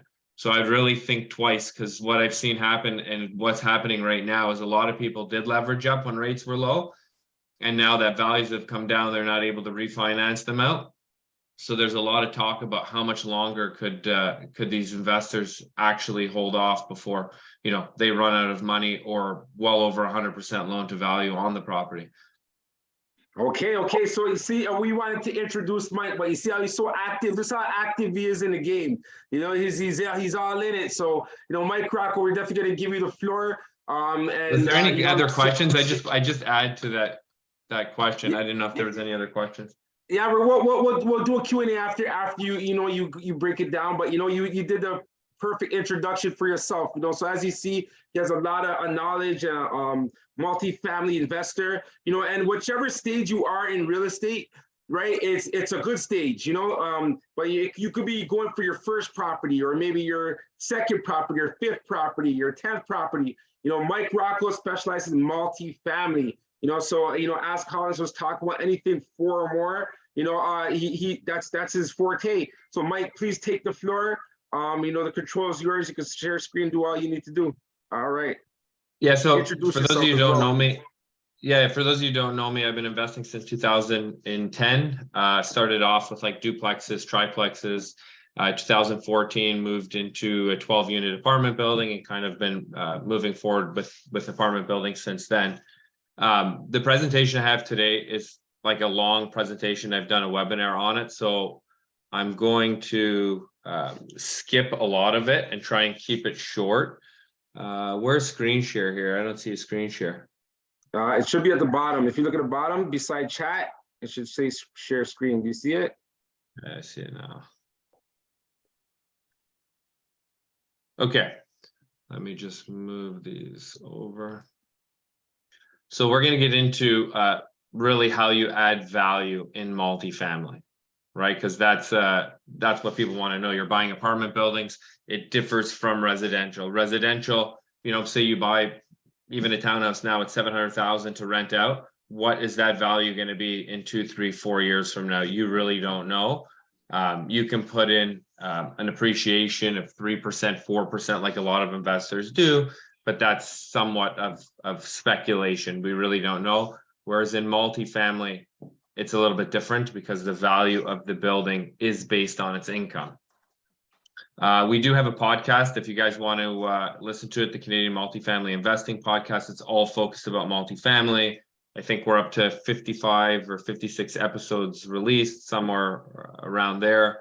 All different investors sharing their stories, their experience. We've had guys on who have just been thinking about buying their first building, to a few guests that have just over $1 billion of assets under management. So it's a wide range. The last 5 or 6 episodes, we've brought on some American investors. So for those of you thinking about, you know, potentially going down south to invest, there's some episodes for that as well. So what we'll cover today is how to calculate net operating income, NOI, and cap rate, ways to think about cap rates as you evaluate your investment decision, and then real strategies that will help improve your investment, right? There's ways to bring up your income and bring down your expenses that are pretty simple, but you'll see how much value that they actually cover. So if you guys have a calculator handy, I would get them out, because it is a bit of a math calculation, which we'll get into in a couple of minutes. So what is capitalization rate, cap rate, cap? You hear this terminology kind of thrown around. It's a real estate valuation measure used to compare different real estate investments. Indicator of what properties are selling for in the markets relative to the income they are generating. So essentially, if you have a 10-unit building side by side with another 10-unit building. They were built the same units, same location, but one's income is significantly higher. It's going to go like pretty much say one had an income of 100,000 net operating income, one had one of 200,000. It's essentially going to go double the price of the other building, right? Whereas in residential, that will never happen. Even though that, and we touched, if you guys remember, whoever was on last month, if you have two single family houses and one is rented for a lot more than the other, you might get a slight bump in a sale price because your tenants are there paying a little bit more, but you're not going to get a significant bump. Where in multifamily, I mean, I've seen things go, you know, double and triple other buildings just based off of their income. So the cap rate, capitalization rate, represents the yield of a property over 1 year's time horizon, assuming that the property is purchased in cash and not on a loan. So essentially what the capitalization rate is if you were to buy that building, and this is the definition of it, if you were to buy that building cash, all cash, what yield would it give you, right? And that's essentially what the capitalization rate is. And if you guys have questions throughout, let me know. I just have the view of you guys put off to the side, so I'm not able to see the chat. So Richie, if you see questions come up, and I encourage you guys to ask questions along the way, because you know I eat, sleep, and breathe this day in and day out. So sometimes I tend to go pretty fast. So Richie, if you see questions come up, just feel free to jump in. So why cap rates matter? It allows for comparison across properties, as we talked about. It determines true market value. Banks use it to evaluate deals. Enables you to assess the ROI of a value add property, essentially.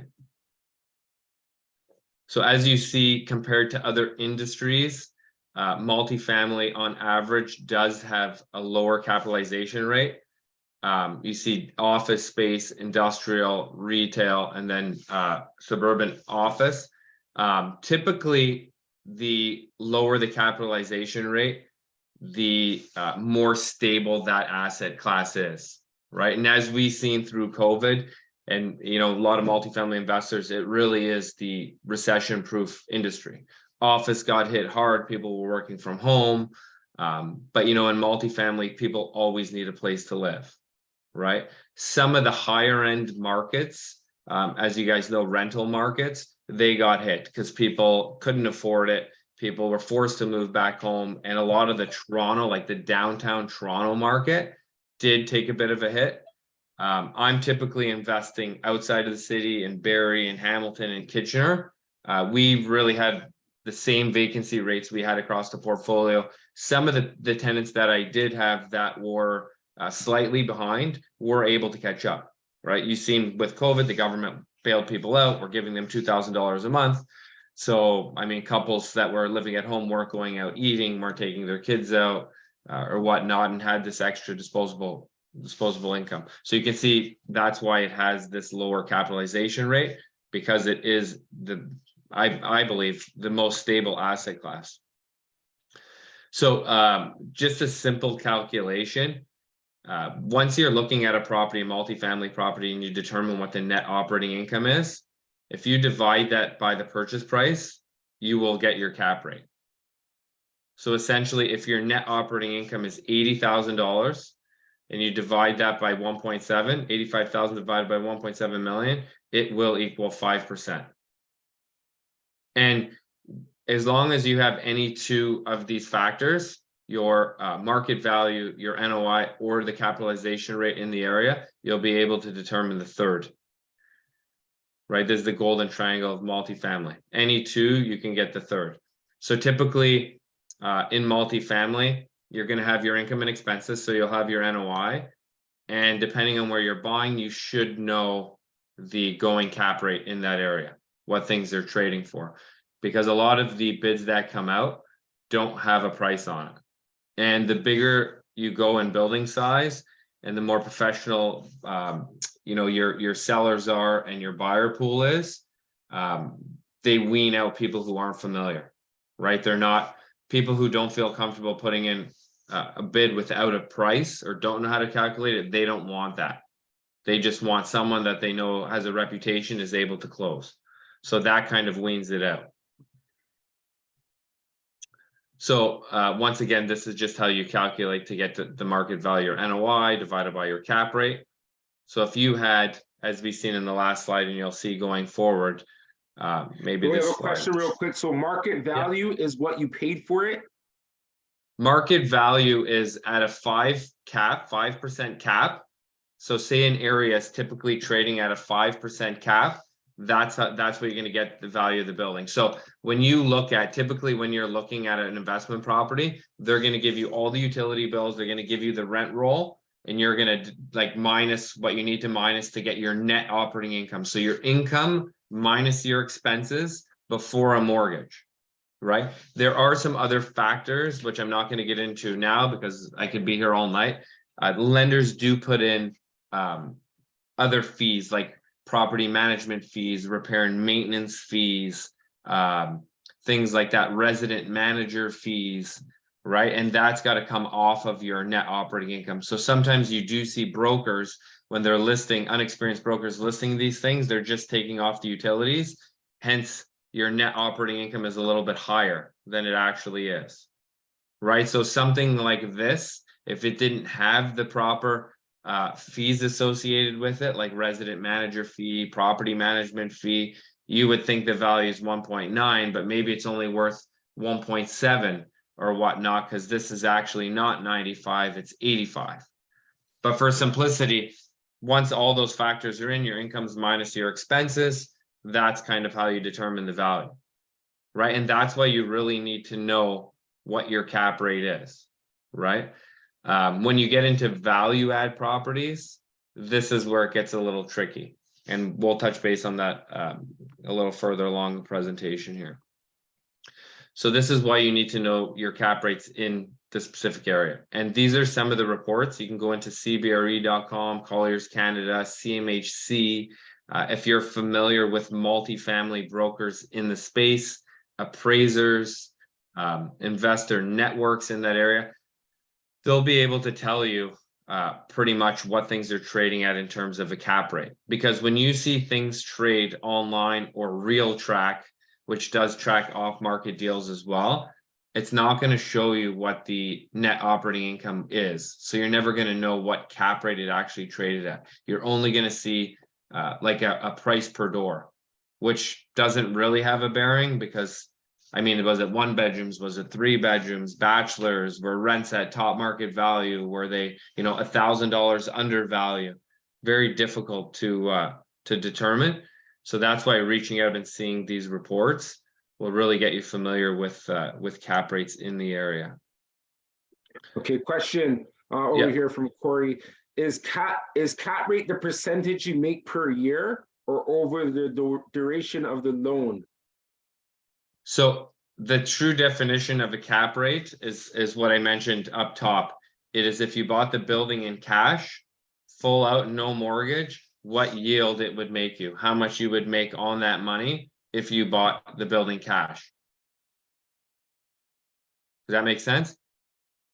Yes, it makes sense. It makes sense, but it's just an indicator. It's really just an indicator. Okay, yeah, Corey said yes, it makes sense, yeah. To compare what it really is and why we use it as multifamily investors is an indicator to compare a property. So if there's a 27 unit building with rents, average rents of $1,100, and then you have a 14 unit building with average rents of $1,500 per month, how do you compare those side by side? Right? In a residential neighborhood, you look at the same house or similar square footage, similar finishes, what did it sell for? It's easy. But when you're looking at a 27 unit building, 3 2-bedrooms, the rest are 1-bedrooms, and then a 15 unit 3-bedroom units with average rents of whatever, how do you compare those? And that's pretty much what a cap rate allows you to do. Okay. Right? Yep, Corey got it too. Yep, he was clear. Thank you. Continue. So it's just an indicator to allow you to compare building to building, essentially. So how much value can you add by increasing rent? So this is where, for a lot of people, when they're learning, the light really goes off, right? So say you had a 10 unit building in a 5 cap market. So the market, that area, things are trading in and around 5%. And your current rents are just $1,000, which is pretty low. If you increase that rent by $50 per unit, 50 times 10 units over 12 months is 6,000.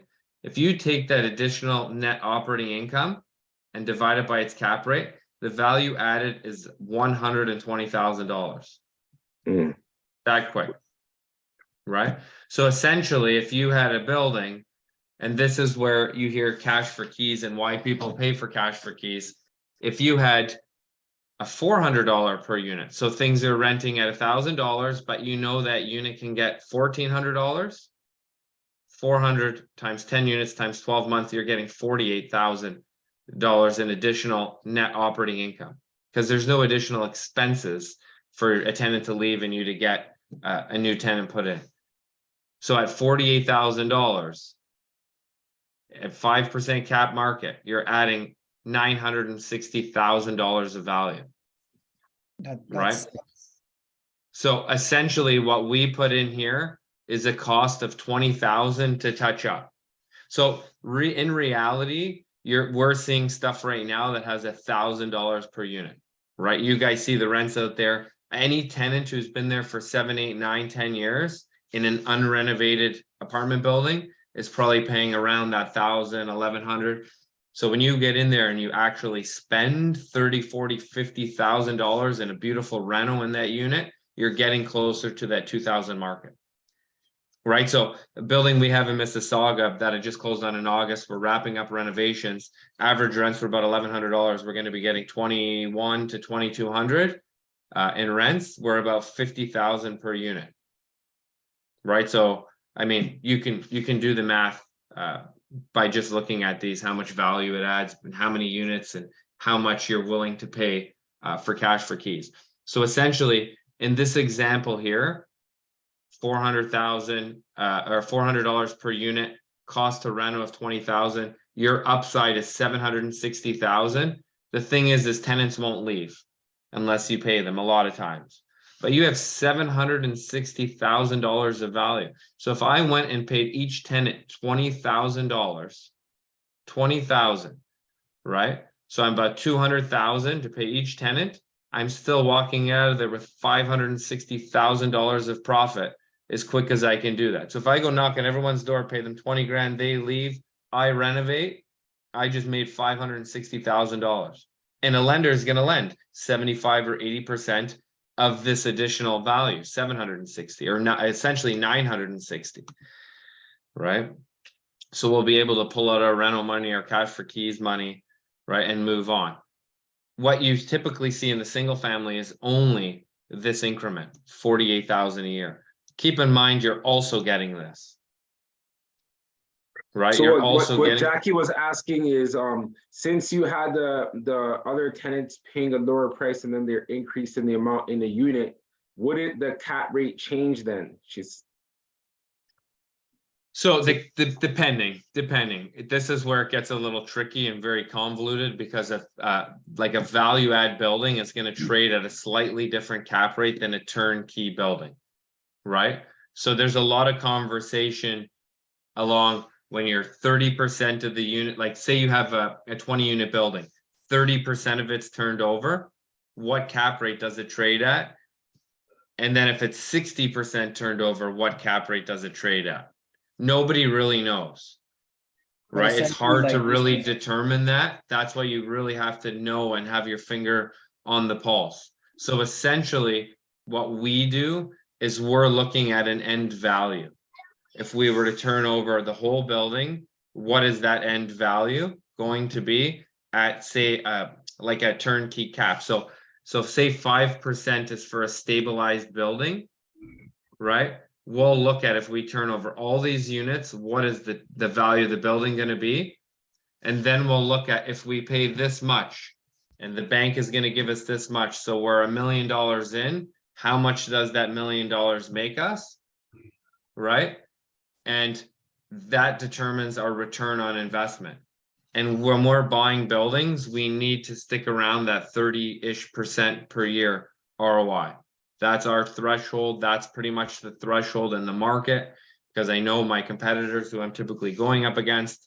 And it does get a little tricky, but essentially this is how you add value on a very basic form. This is how a lender is going to look at the value of your building. If your rent is up X amount, it's now worth X amount more. Right. And when you're looking at it from a CMHC standpoint, because you plan on keeping it and you're going to stay CMHC or a lender, it doesn't matter. The cap rate that Jackie was asking about, does your cap rate change? That changes actually in the market from what someone's willing to pay for the building, but it doesn't change from a lender's perspective of value. So You guys get that? Was that clear? Yeah. How do you find out what that market cap rate is? Like, is that something that's known generally speaking, or you got to Well, go? this is why, let me just go back here. This is why you got to keep a finger on the pulse of, where was that slide? Like Colliers, CBRE, appraisers in the area. Like here's an example. I just moved into, or was 19. thinking, I think it's 19. yeah, like a lot of these, the appraisers call up an appraisal company and say, hey, listen, what have things been trading at? I have one building, a 15-unit building in Kitchener. We know things have changed in terms of caps because of interest rates slightly. I phone them up and say, I spoke to them last week actually, just to say, hey, listen, we're adding units. We're going to have, 9 out of 20 essentially, because we're adding 5 units, 9 out of 20 renovated. What cap rate do you guys think you're going to be appraising at? Right. And he couldn't really tell me because he says, we know things have changed, just nothing's really transacted. Right. There's been properties that have sold, they just haven't closed yet. So an appraiser's job is really just to justify to the lender that they're not, over leveraging.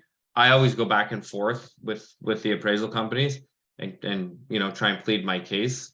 But I mean, at the end of the day, you have to know the market, and that's how you get to know the market. And if I skip ahead to the slide, this is done by CBRE Q1 2020, because it's an older presentation, but it kind of shows their cap rates. So Kitchener Waterloo, like a low-rise B building, was trading, 4.5 to 5 cap. They do have all these reports. So this is just an example of some of the reports out there. So they will publish this, right? But I typically call the boots on the ground the appraisal companies. So when you're doing that, I guess in the last question when Collins answered and you mentioned not to over leverage, how does over leveraging play a role in the multi-family game? Is that something? So what we were doing, which I mean, I'm more conservative than most, but what we were doing too is we were putting on like what you call bridge financing, private mortgage companies that'll finance 80% loan to purchase, and they'll allow a second mortgage as long as you sign like a subordination and standstill agreement. They'll allow a second, so we essentially can leverage up to 90%, right? But this bridge financing is essentially when you're buying a very depreciated building, a lot of value add. You go in there, you turn over X amount of units, whatever the ratio is, you refinance with CMHC, and you pay off that high debt. So you're essentially borrowing high debt money. You're getting the value up. As you've seen, 10 units turned at $400. Reality, a lot of them is $700, $800, $900. So you're adding a couple $1 million of value, refinancing with CMHC, and then paying back that debt. What's happening now is because rates have gone up, CMHC debt service the debt coverage ratio is a 1.3 debt service, right? So now with rates going from CMHC rates, say, like I have a mortgage at 1.8, they're now in and around 4.5-ish. Your debt coverage ratio doesn't allow for a large loan. So essentially I got an appraisal on a building that was 6 million, that my loan got cut by $1 million, exactly $1 million, because of the interest rate differential. Because if you do the debt service at 4.5% or 5% versus the debt service at 2%, it allows for a way smaller loan. If you're This following. this is a loan. This is a loan that you hadn't yet received. Like this is just in the planning stage. It's not like you had the access to the million and they just came and cut it. Well, That's if I not- had it done the refi 6 months earlier, You would've had CMHC the would have money. gave me $1 million more. Got it. But because renovations took a little longer, rates went up. Now they're saying we're only giving you $1 million less. Got it. So what's happening now, even from the bridge side, the private side that I told you that would do 80% loan to purchase. So Mhm. They regardless probably of debt refinance service, it. they're saying after you renovate the building and you turn over everybody, how are you paying us back? Because CMHC isn't giving you that size of loan anymore. So we're not giving you 80% loan to value. We're going to give you 70% loan to value because we know we can pay our investors back. Because all those smaller mortgage companies have like institutional investors and they want to protect them. Right. So now they're cutting their loans down slightly. Right. So now when you're putting in more money, it's better, but obviously your ROI gets destroyed because if I'm borrowing money at 8%, I'm only paying 8% on that money. Whereas if I was bringing investor capital in now, I'm promising them about 15%. Right. That's That kind was of- going that's to be kind my of- follow-up question. The fact that now, even though CMHC is not willing to lend, it doesn't change the valuation metrics. It's just that they're not willing to take on that risk. So you're still able to get a value at what it should be at. Of course, but at the end of the day, who cares about the value? The only real thing that I look at is my return on my investment. Right? But the return on the investment is only determined by how much money I can borrow. Because if I can borrow 100% of the property at 3%, I don't need investors. I'll go off and make hundreds of millions of dollars. Right? But if I got to put, you know, 3 million as a down payment because they're not giving me much money, well, now I got to make that 3 million to double my money. And how long does it take me to do that? And then my ROI gets like decreased dramatically. Right, because it takes longer. So what's the typical duration of a product, like ideal? Like, is it 18 months that you'd want to get? We typically range from 24 to 36 months. So we go in there, we look at the building, we know it's depreciated, there's some natural turnover. We try and stabilize it within 24 to 36 months and then refi with the CMHC mortgage. And for all you guys who don't know, CMHC mortgages are typically the way the way they come up with their interest rates are based off the 5-year CMB rate, the Canadian bond yield price, right? So they're usually about their spread is about 1%, give or take, 1% more than if you're doing a 10-year CMHC, then it's the 10-year bond. So they dipped down to like 3% last week. And I have a client who locked in a CMHC rate at 3.8%. They've come back up. I just seen actually prior to this, me jumping on here at about 6:30, I seen today they were up to 3.3-ish. So you're probably 4.25, 4.3. So that in itself, that 3.8 that he locked into to say 4.2, I mean, that really determined a lot of money he's able now to refi back. They have a big portfolio, so I'm sure that allowed him to pull out tens of millions of dollars more by just that Canadian bond yield price dipping. Right? Proper respect. Keep going on your presentation, man. Keep going on your presentation, man. We're taking it in. Yeah, I don't want to get into a bunch of that because, like I said, it can go on for hours. This is just pretty basic of how you add value. So this is just how much are you losing by not serving your N1s, your rent increases, your annual rent increases. You can put in whatever assumption you want to put in. I mean, this year's 2.5%. Last year was 1.2. We had a rent freeze for a bit. But say an average over a 5-year period, you're in and around 2.2. That's our calculation here. And you have a 10-unit building, same current rents of $1,000 per unit. So in your second year, you're getting, $220 more a month, third year, and so on. So essentially you're getting from year 1 to year 6, which is 5 rental increases, you're getting $1,149 more a month. But that equates to value in multifamily. right? So if you do the 1,149 times your 12 months, you will see the actual incremental value depending on, this is based on a 5 cap market. Mississauga is probably 4.25, right? So it'll be even more than that, right? So I'll just do the quick math. If you were in Mississauga and it was 4.25, so that 13,793.72. At a 4.25, your value goes up to 324,558. So if you miss a year, you're not just missing the $220 a month. You're actually missing a lot more value than you think. So it's very important to stay on top and do your Ontario allowable rent increases. So with the rent increases, you just notify the tenants, like you just send them the N1, right? And say there's going to be an increase pretty much, right? Yeah, you got to do it 90 days before. So end of September, they usually go out for January 1st. But depending on where their lease was signed up, I usually for a couple months here and there try and link them all up for simplicity for January 1st. Some people might not choose to do that. But yeah, every 12 months, essentially, you could raise the Rent the Ontario bill legal amount.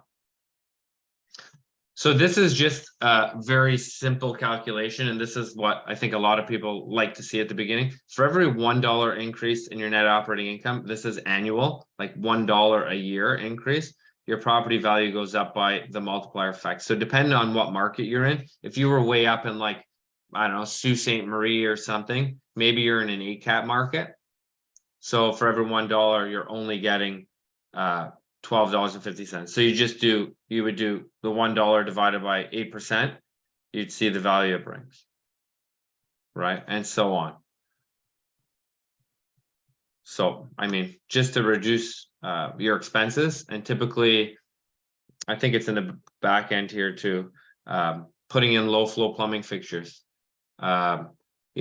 being conscious of your heat, keeping it at, a lower temperature than most need, or if you have a boiler, turning your boiler down, not having, crazy heat loss, putting LED lighting in, things like that will really help. Adding, say, 50 cents or $1 per load. If you have coin laundry, you add $1 per load. So now you're making $20 more a month, right? The value of your building will go up.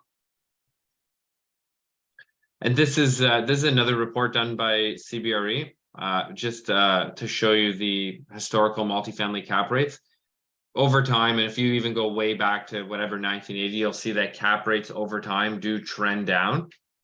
That's in all of the asset classes, and like A class buildings, B class buildings, high rise, low rise. Over time, the cap rate does trend down, right? What we're seeing now with interest rates, we're seeing them kind of stabilize, maybe even come up slightly. But that's just a very short-term kind of blimp due to COVID and all the spending and where interest rates and inflation. But yeah, they're trending down. So, I mean, in the next 20 years from now, you're going to be adding that $1 is going to go a lot further than it did 20 years prior. So this is just another example of like a higher cap market. So if you have a 10-unit building, $300 lift, $3,000 total. In an 8 cap market, your value is going to increase $450,000. In a 5 cap market, your value will equal $720,000. And in a 4 cap market, you're going to, add $900,000 of value. So sometimes people want to go into these cheaper markets, cheaper to get into, just easier, but you have to really question, I'm putting in the same amount of work, is it giving me the same amount of value, right? I mean, I like to stay just outside of the city personally, because I do think like right in the core of Toronto, things are expensive, a lot of competition from big investors that are just looking for capital preservation rather than, a higher yield on their money. They're just looking for a really safe, secure, and you're always going to get that in the core of the city. This is just another example of that. We'll skip along here. So these are just things that you should be thinking about if you are buying apartment buildings is, can you increase rental income? Can you generate parking revenue? Some buildings have advertising. Can you, increase your laundry costs, which we do a lot in a lot of the buildings at the beginning? Is there space that you can build storage units in, like unusable space that can't really be used for anything? Just create storage lockers, charge for those. Some of the larger buildings, you'll see telecommunication towers on, which the companies actually pay the owner of the building, which adds revenue. So you're always thinking about, how could I get more? I've seen guys actually put sheds outside and charge for storage, right? Instead of bringing their bikes or whatever, kids' toys up into their unit, they pay 25 or 50 bucks or 100 bucks a month and have like their own kind of storage locker outside of the building. And then obviously, to reduce your utility costs, energy efficient lighting, more efficient appliances if you can. Is there ways to separately meter, hydro, water, put that cost onto the tenant? Even costs like buying in bulk, just any kind of ways that will help you reduce your, monthly costs, your annual costs. What can you do? Because as you see, $1 decrease in your bill will in a 4 cap market will generate $25, right? So if you're, and some of these bills are big. Like if you look at some of the older buildings, they all have those toilets that are like triple the amount of water in today's toilets. So and if you put like a low flow shower head on, whatnot, you could literally cut your water bill in half. So if you, in some of the buildings, you have a $20,000 water bill and you're able to cut that down to $10,000, we'll just do the math on that, right? $10,000 divided by 5% cap rate is $200,000 of value, right? For someone to go in there and replace 20 toilets and replace 20 shower heads, I mean, what's that going to cost you? 10,000, 15,000, you're adding $200,000 of value, right? So it's very simple math calculation. And a lot of times you can get like third-party engineer companies in to do like a water assessment. So they'll say, hey, your tank is this size. If you do go to one of these 6-liter toilets, you're going to be reducing water consumption by X amount, and you'll be saving $5,500 or $7,500 per year. Right. And then you say, okay, well, what's the cost to put in a toilet? And it's really just a math equation to say, hey, I can make $100,000 by replacing toilets. So these are some of the renovations that we do. This was the original state, the top 3, and we kind of turn them, into slightly different layouts, more modern looking with vinyl plank flooring. Stage them up so they obviously rent for a lot more. This thing here, if you can see my mouse, this is a 1-bedroom unit. We put these they're washer dryer ventless combo units, so they're meant for a couple t-shirts, a pair of pants, but they're now put in suite. And what we found by putting the washing machines in suite is we can probably get another $50 per month in rent, if not more. Should be another picture here as well. Actually, it doesn't show it here, but we do put in the mini split ductless ACs, because a lot of these older buildings, their boiler, their heat's done by boiler. There's no forced air, hence they have no air conditioning, right? Or they're putting in one of those shitty window airs.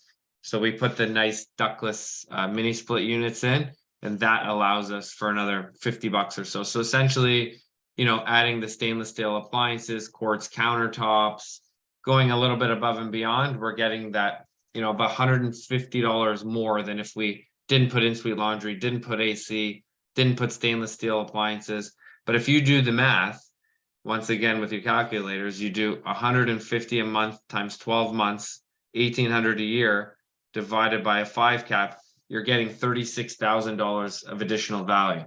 So when I'm looking at that washing machine saying, hey, that's a couple grand, to go to stainless steel is another couple grand, quartz countertops, call it 3 grand. I'm spending 10 grand to make 36. So my net profit now is an additional 26 grand.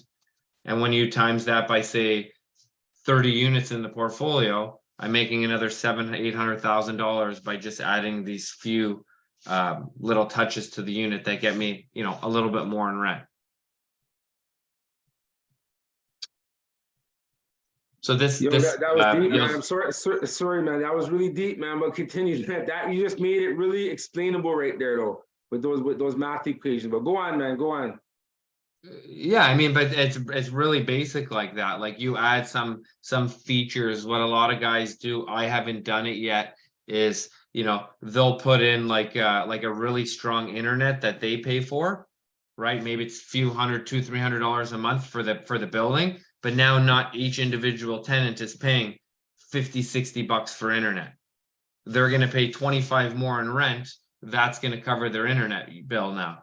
But you can see that $25 a month more in rent across 20 units is going to add 40, 50, 60,000 value, whatever the actual math equation allows. So a lot of investors just think of ways, hey, what can I put in here that's going to allow people to pay more rent? People find in certain areas cameras. A lot of cameras around buildings make people feel a little bit more safe. So they'll pay that extra $25 a month more in rent, right? Across, once again, 20 units. $25 a month, what's that value? Maybe you're getting 100,000 to spend 10-15,000 to put in like a higher tech camera system, right? So this is the question: how much would you pay for a tenant to leave? If you have a tenant paying 1,000, you know you can get 2,000 for that unit. How much are you willing to pay them, right? If current rent is $750, market rent after reno is $1,400. Cost of renovate's 25 grand. How much are you willing to pay them, right?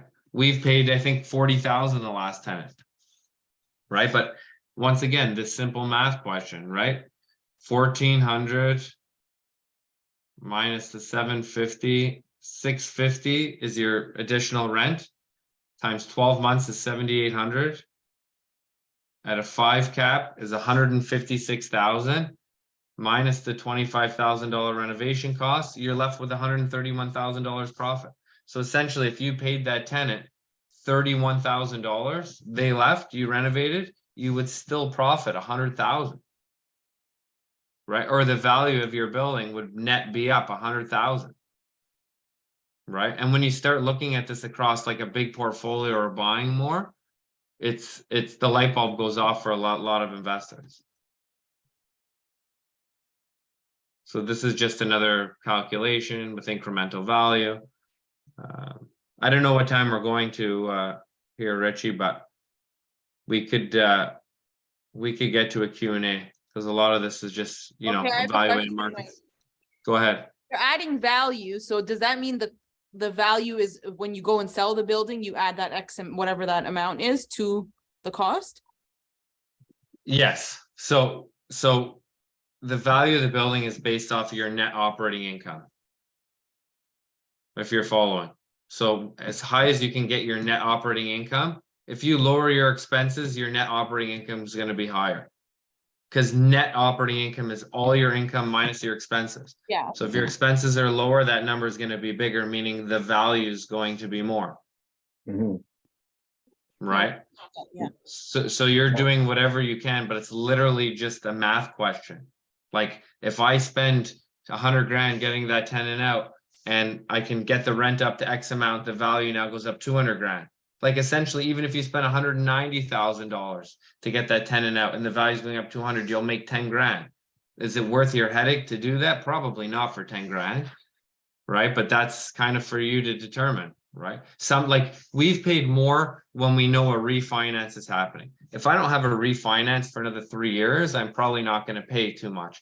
But if I know in 6-8 months I have a refinance and I need this tenant gone, I'll get that value up because I'm pulling that money right back out at a lower interest rate, 4 or 5%. And now I can go take that money and go reinvest it or give it back to investor partners. So now they're in for less money and their return is going to be that much higher. Mm-hmm. Right. Yeah. So I'll put this out there for everybody. We did open, let me see if I can just stop sharing here. I can take some questions.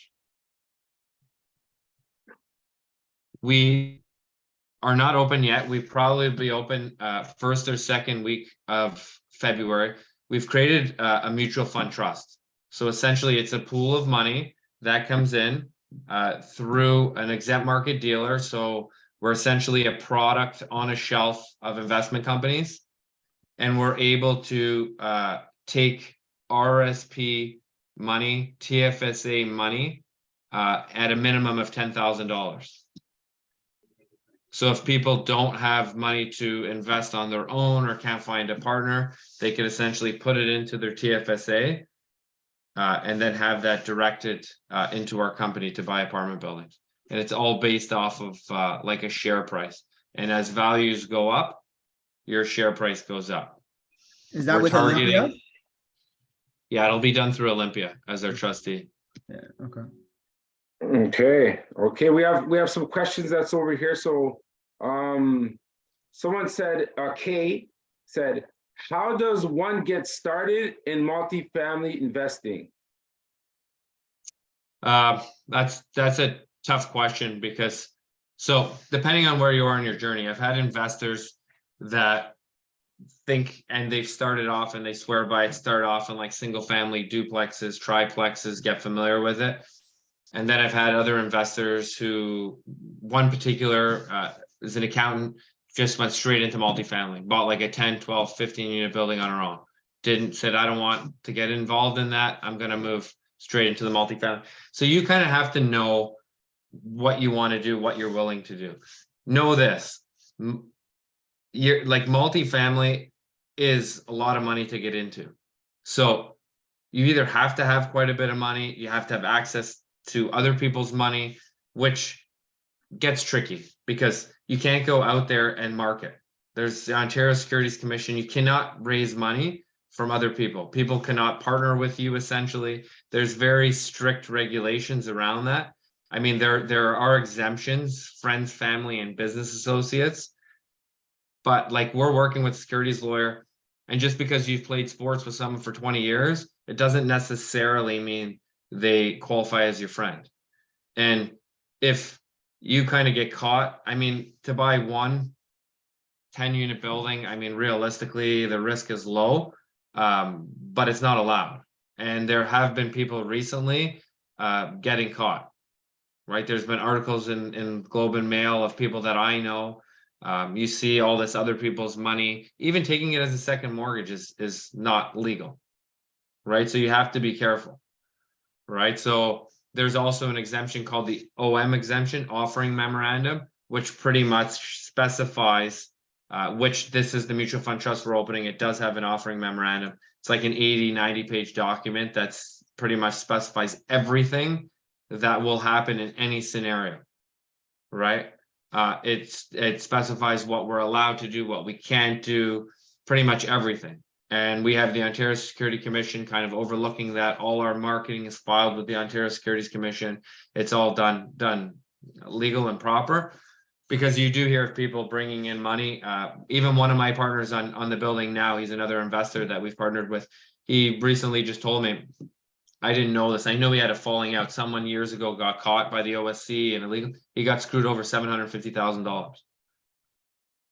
Right. Wow. So it does happen. People do scam. It's hard, but one complaint to the Ontario Securities Commission. So here's an example. And this is why you got to know your partners. If you say, hey, we're going to buy this building, we're going to make 15%, and you only make them 5%, and they say, what the hell, and Google it and call the Ontario Securities Commission and say, this guy told me this, and I don't know what he's doing, you're screwed.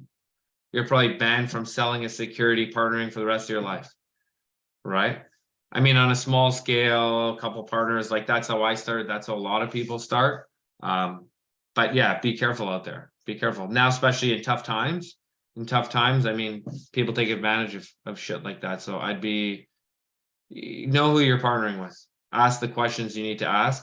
But like I said, if you have access to capital, you have a cool, tight group of friends, say, 20 people in this chat have $30,000, $40,000, $50,000, and you guys want to partner together. The thing is that's where it gets difficult. Who manages the property? Does one person manage?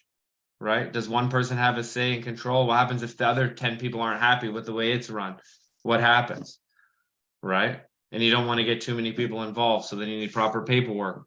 Right? So The way I really like to put it out to people when they're starting off, when you get into multifamily and on a large scale, you're almost in the capital raising business. You have to go out there and raise capital, right? Like even now, a 10-unit building, call it 200,000 a door, so a $2 million building, you probably need 600, 700,000 to close. Probably money for renovations if you haven't lined up construction financing, right? So you do need a big chunk of money to buy this stuff, right? So okay, yeah. So I see even thank you for offering, that proposal that you have coming up. Now that looks like a really great opportunity for the RSPs and the TFSAs and all that. And even if you could send a link, so after we could send out the email, so people can get access to that, because maybe that's a starting point, right? Yeah, and just so you know, it won't be me you're dealing with or my partner. You have to actually talk to a licensed dealer rep who's licensed to sell securities. So I can just give you the kind of knowledge around this is what we're doing. We're buying apartment buildings in this geographic location. We're expecting to do about in between 11 to 15% yield. And then you'll have to talk to a dealer rep to see if the investment's right for you. Okay. All right, that's amazing. Thank you. And then we have another question here. When renovating properties, is there certain things to upgrade to charge more in rents? And if it's 50% pre-occupied, can I upgrade individual units and charge more for the units with the renovations? So yeah, so if Right. there's a tenant there, they don't want to pay more rent, they're not going to pay more rent. You can negotiate. A tenant doesn't have to only pay the allowable rent increase, right? They can say, hey, you want to renovate my unit? I'll give you another $300 a month. Get them to sign a new lease. That's fine. Just most tenants, why would they do that? They're probably comfortable where they are or whatnot, but you can negotiate with them, right? So yeah, I mean, it's all up to 50% preoccupied, right? Can you upgrade individual units and charge more for the units with the renovations? not if tenants are there. If it's vacant, you can. Okay. So if it's occupied, you can't, unless someone agrees to pay more money. Okay. But if it's vacant, you can do whatever you want. You can renovate individual units, you can renovate common areas, you can do whatever you want. Okay. And then what's the projected yield of the mutual fund? We're about somewhere between 11 and 15% is what we're projecting. Okay. And then It's totally hands-free. Manny says, roughly, what's the return on the TFSA contribution to your fund? Is that same thing? Same thing, right? Same thing. Yeah. Okay. You guys know your numbers. How about number crunching over here, right? And people are asking for your contact, so we'll definitely send out Mike's contact, and then the course as well. I don't know if you want to talk more about the course if you want to go deeper and get some deeper information. You know what? I'll put it out to you. So we do have like a 10-step blueprint to buying your first apartment building. It's 15 hours of live training. Dives deep into everything. I mean, the first module is your why. Like, how do you know where you're going to buy essentially without knowing your why? Why do you really want to get into apartment buildings, right? Everyone says money. Is it really money, right? I don't know. Money to do what? What life do you want to live? So it allows you to dig deep, ask the questions, right? And I think a lot of people live on the surface. They don't really know what they want to do. They don't dig deep, right? Is it just spending more time with family? Like, here's an example. Even me, my family, we talk about cottage. I want a cottage. A cottage on the water would be awesome. Do I really want to maintain a cottage on the water? Right? What happens if my kids are in sports in the weekend on the summer? Do I really want that? Like, what am I going to do? They're in tournaments here, tournaments there. What am I going to do with a cottage on the water? Now I got this property to maintain. I might as well just Airbnb the 3 weekends I'm able to do it. Right? It's not really worth it, but people don't really dig deep, right? And why do you want it? But did you not experience that as a kid? Was it important to you, right? Did you have, things that, really made you grow as a kid growing up that you want your kids to have? Like, and then figure out what really drives you, right? What is the motivation, right? Like if you don't have motivation to do it, it's tough, right? The driving force. But at the end of the day, you talk about apartment buildings, buying apartment buildings. I don't care for apartment buildings. I like the life that it can provide me. It's a vehicle, right? And now getting to a next chapter of my life, I genuinely like working with motivated people, right? And helping them get to that next level, right? And hence the mutual fund trust is a lot of people now don't have $100,000 to buy a house. It's so hard now. When I started off, I was a plumber. Keep in mind, I'm making 100 grand. My partner was making 100 grand, but we're buying duplexes at 220, 230. Now you make 100 grand. A townhouse up north is 700 grand, right? Once you buy one with 100 grand, what do? You can't buy another. It's a lot more challenging, right? So I mean, people who don't have access to potentially buy or aren't good at partnering now will have opportunities to, you know, partner with us and make money along the way, right? Maybe when they save up or they, you know, it builds up to 70, 80, 100,000 and they want to go off on their own, right? Then they have that opportunity, right? But until then, what do? I'm sure, Richie, you know a lot of people sitting with 10, 15 grand, but they say, what can I do with 15 grand? Can't do anything. Right. Exactly. That's honestly, that's the exposure. main reason for this forum, man. That's why we want this to grow all the time, because there's a lot of people that have some money and they want to do something with it, but they don't know what they can put it in, what's available for them to grow their money. You know, because everyone wants to grow their money, but of course, if you have more money, there's more things that you can find, right? So it's just, you know, for whatever level, we want everyone to be able to, you know, join the party. You get what I mean? And just so you guys know, I'm putting my own money in. So we're like the managers. Keep in mind, like a mutual fund manager, I'm putting my own money into the deal for essentially how you would too. Right. So I have my own skin. My partner's putting his own money in. Like we're investors in it as well. Nice. That's amazing. So anyone else have any final questions or any you know, things for, you know, anyone of our speakers? You know, I thank everyone for staying through the whole thing. Like, you know, it's amazing that, you know, everyone's interested in real estate. You know, I see we don't have no questions here. No one has nothing to say. All right. So, you know, that's just, okay. How quickly can Mike take my, someone said, thanks for this, guys. Okay, thanks for the invite. 50. Okay, so someone wants to give you 15K already, Mike. Someone's ready to give you their money. We won't be open till February. So right now we have to stick to accredited investors on the projects we have open. We should be open first, second week of February. All right. And yeah, you know, you're always welcome to be a guest on here. And, you know, thank you everyone that's on here. If you're in real estate, you know, like get on board. Like this is the network. This is where we're growing. You know, also we see the forum is there too. Fill out the form. Let us know what your real estate interests are. Mike, thank you so much. Thank you to all of our other speakers, Cathie, Collins, Portia, you know, Ian. You know, we appreciate you all. Everyone have a good night. God bless.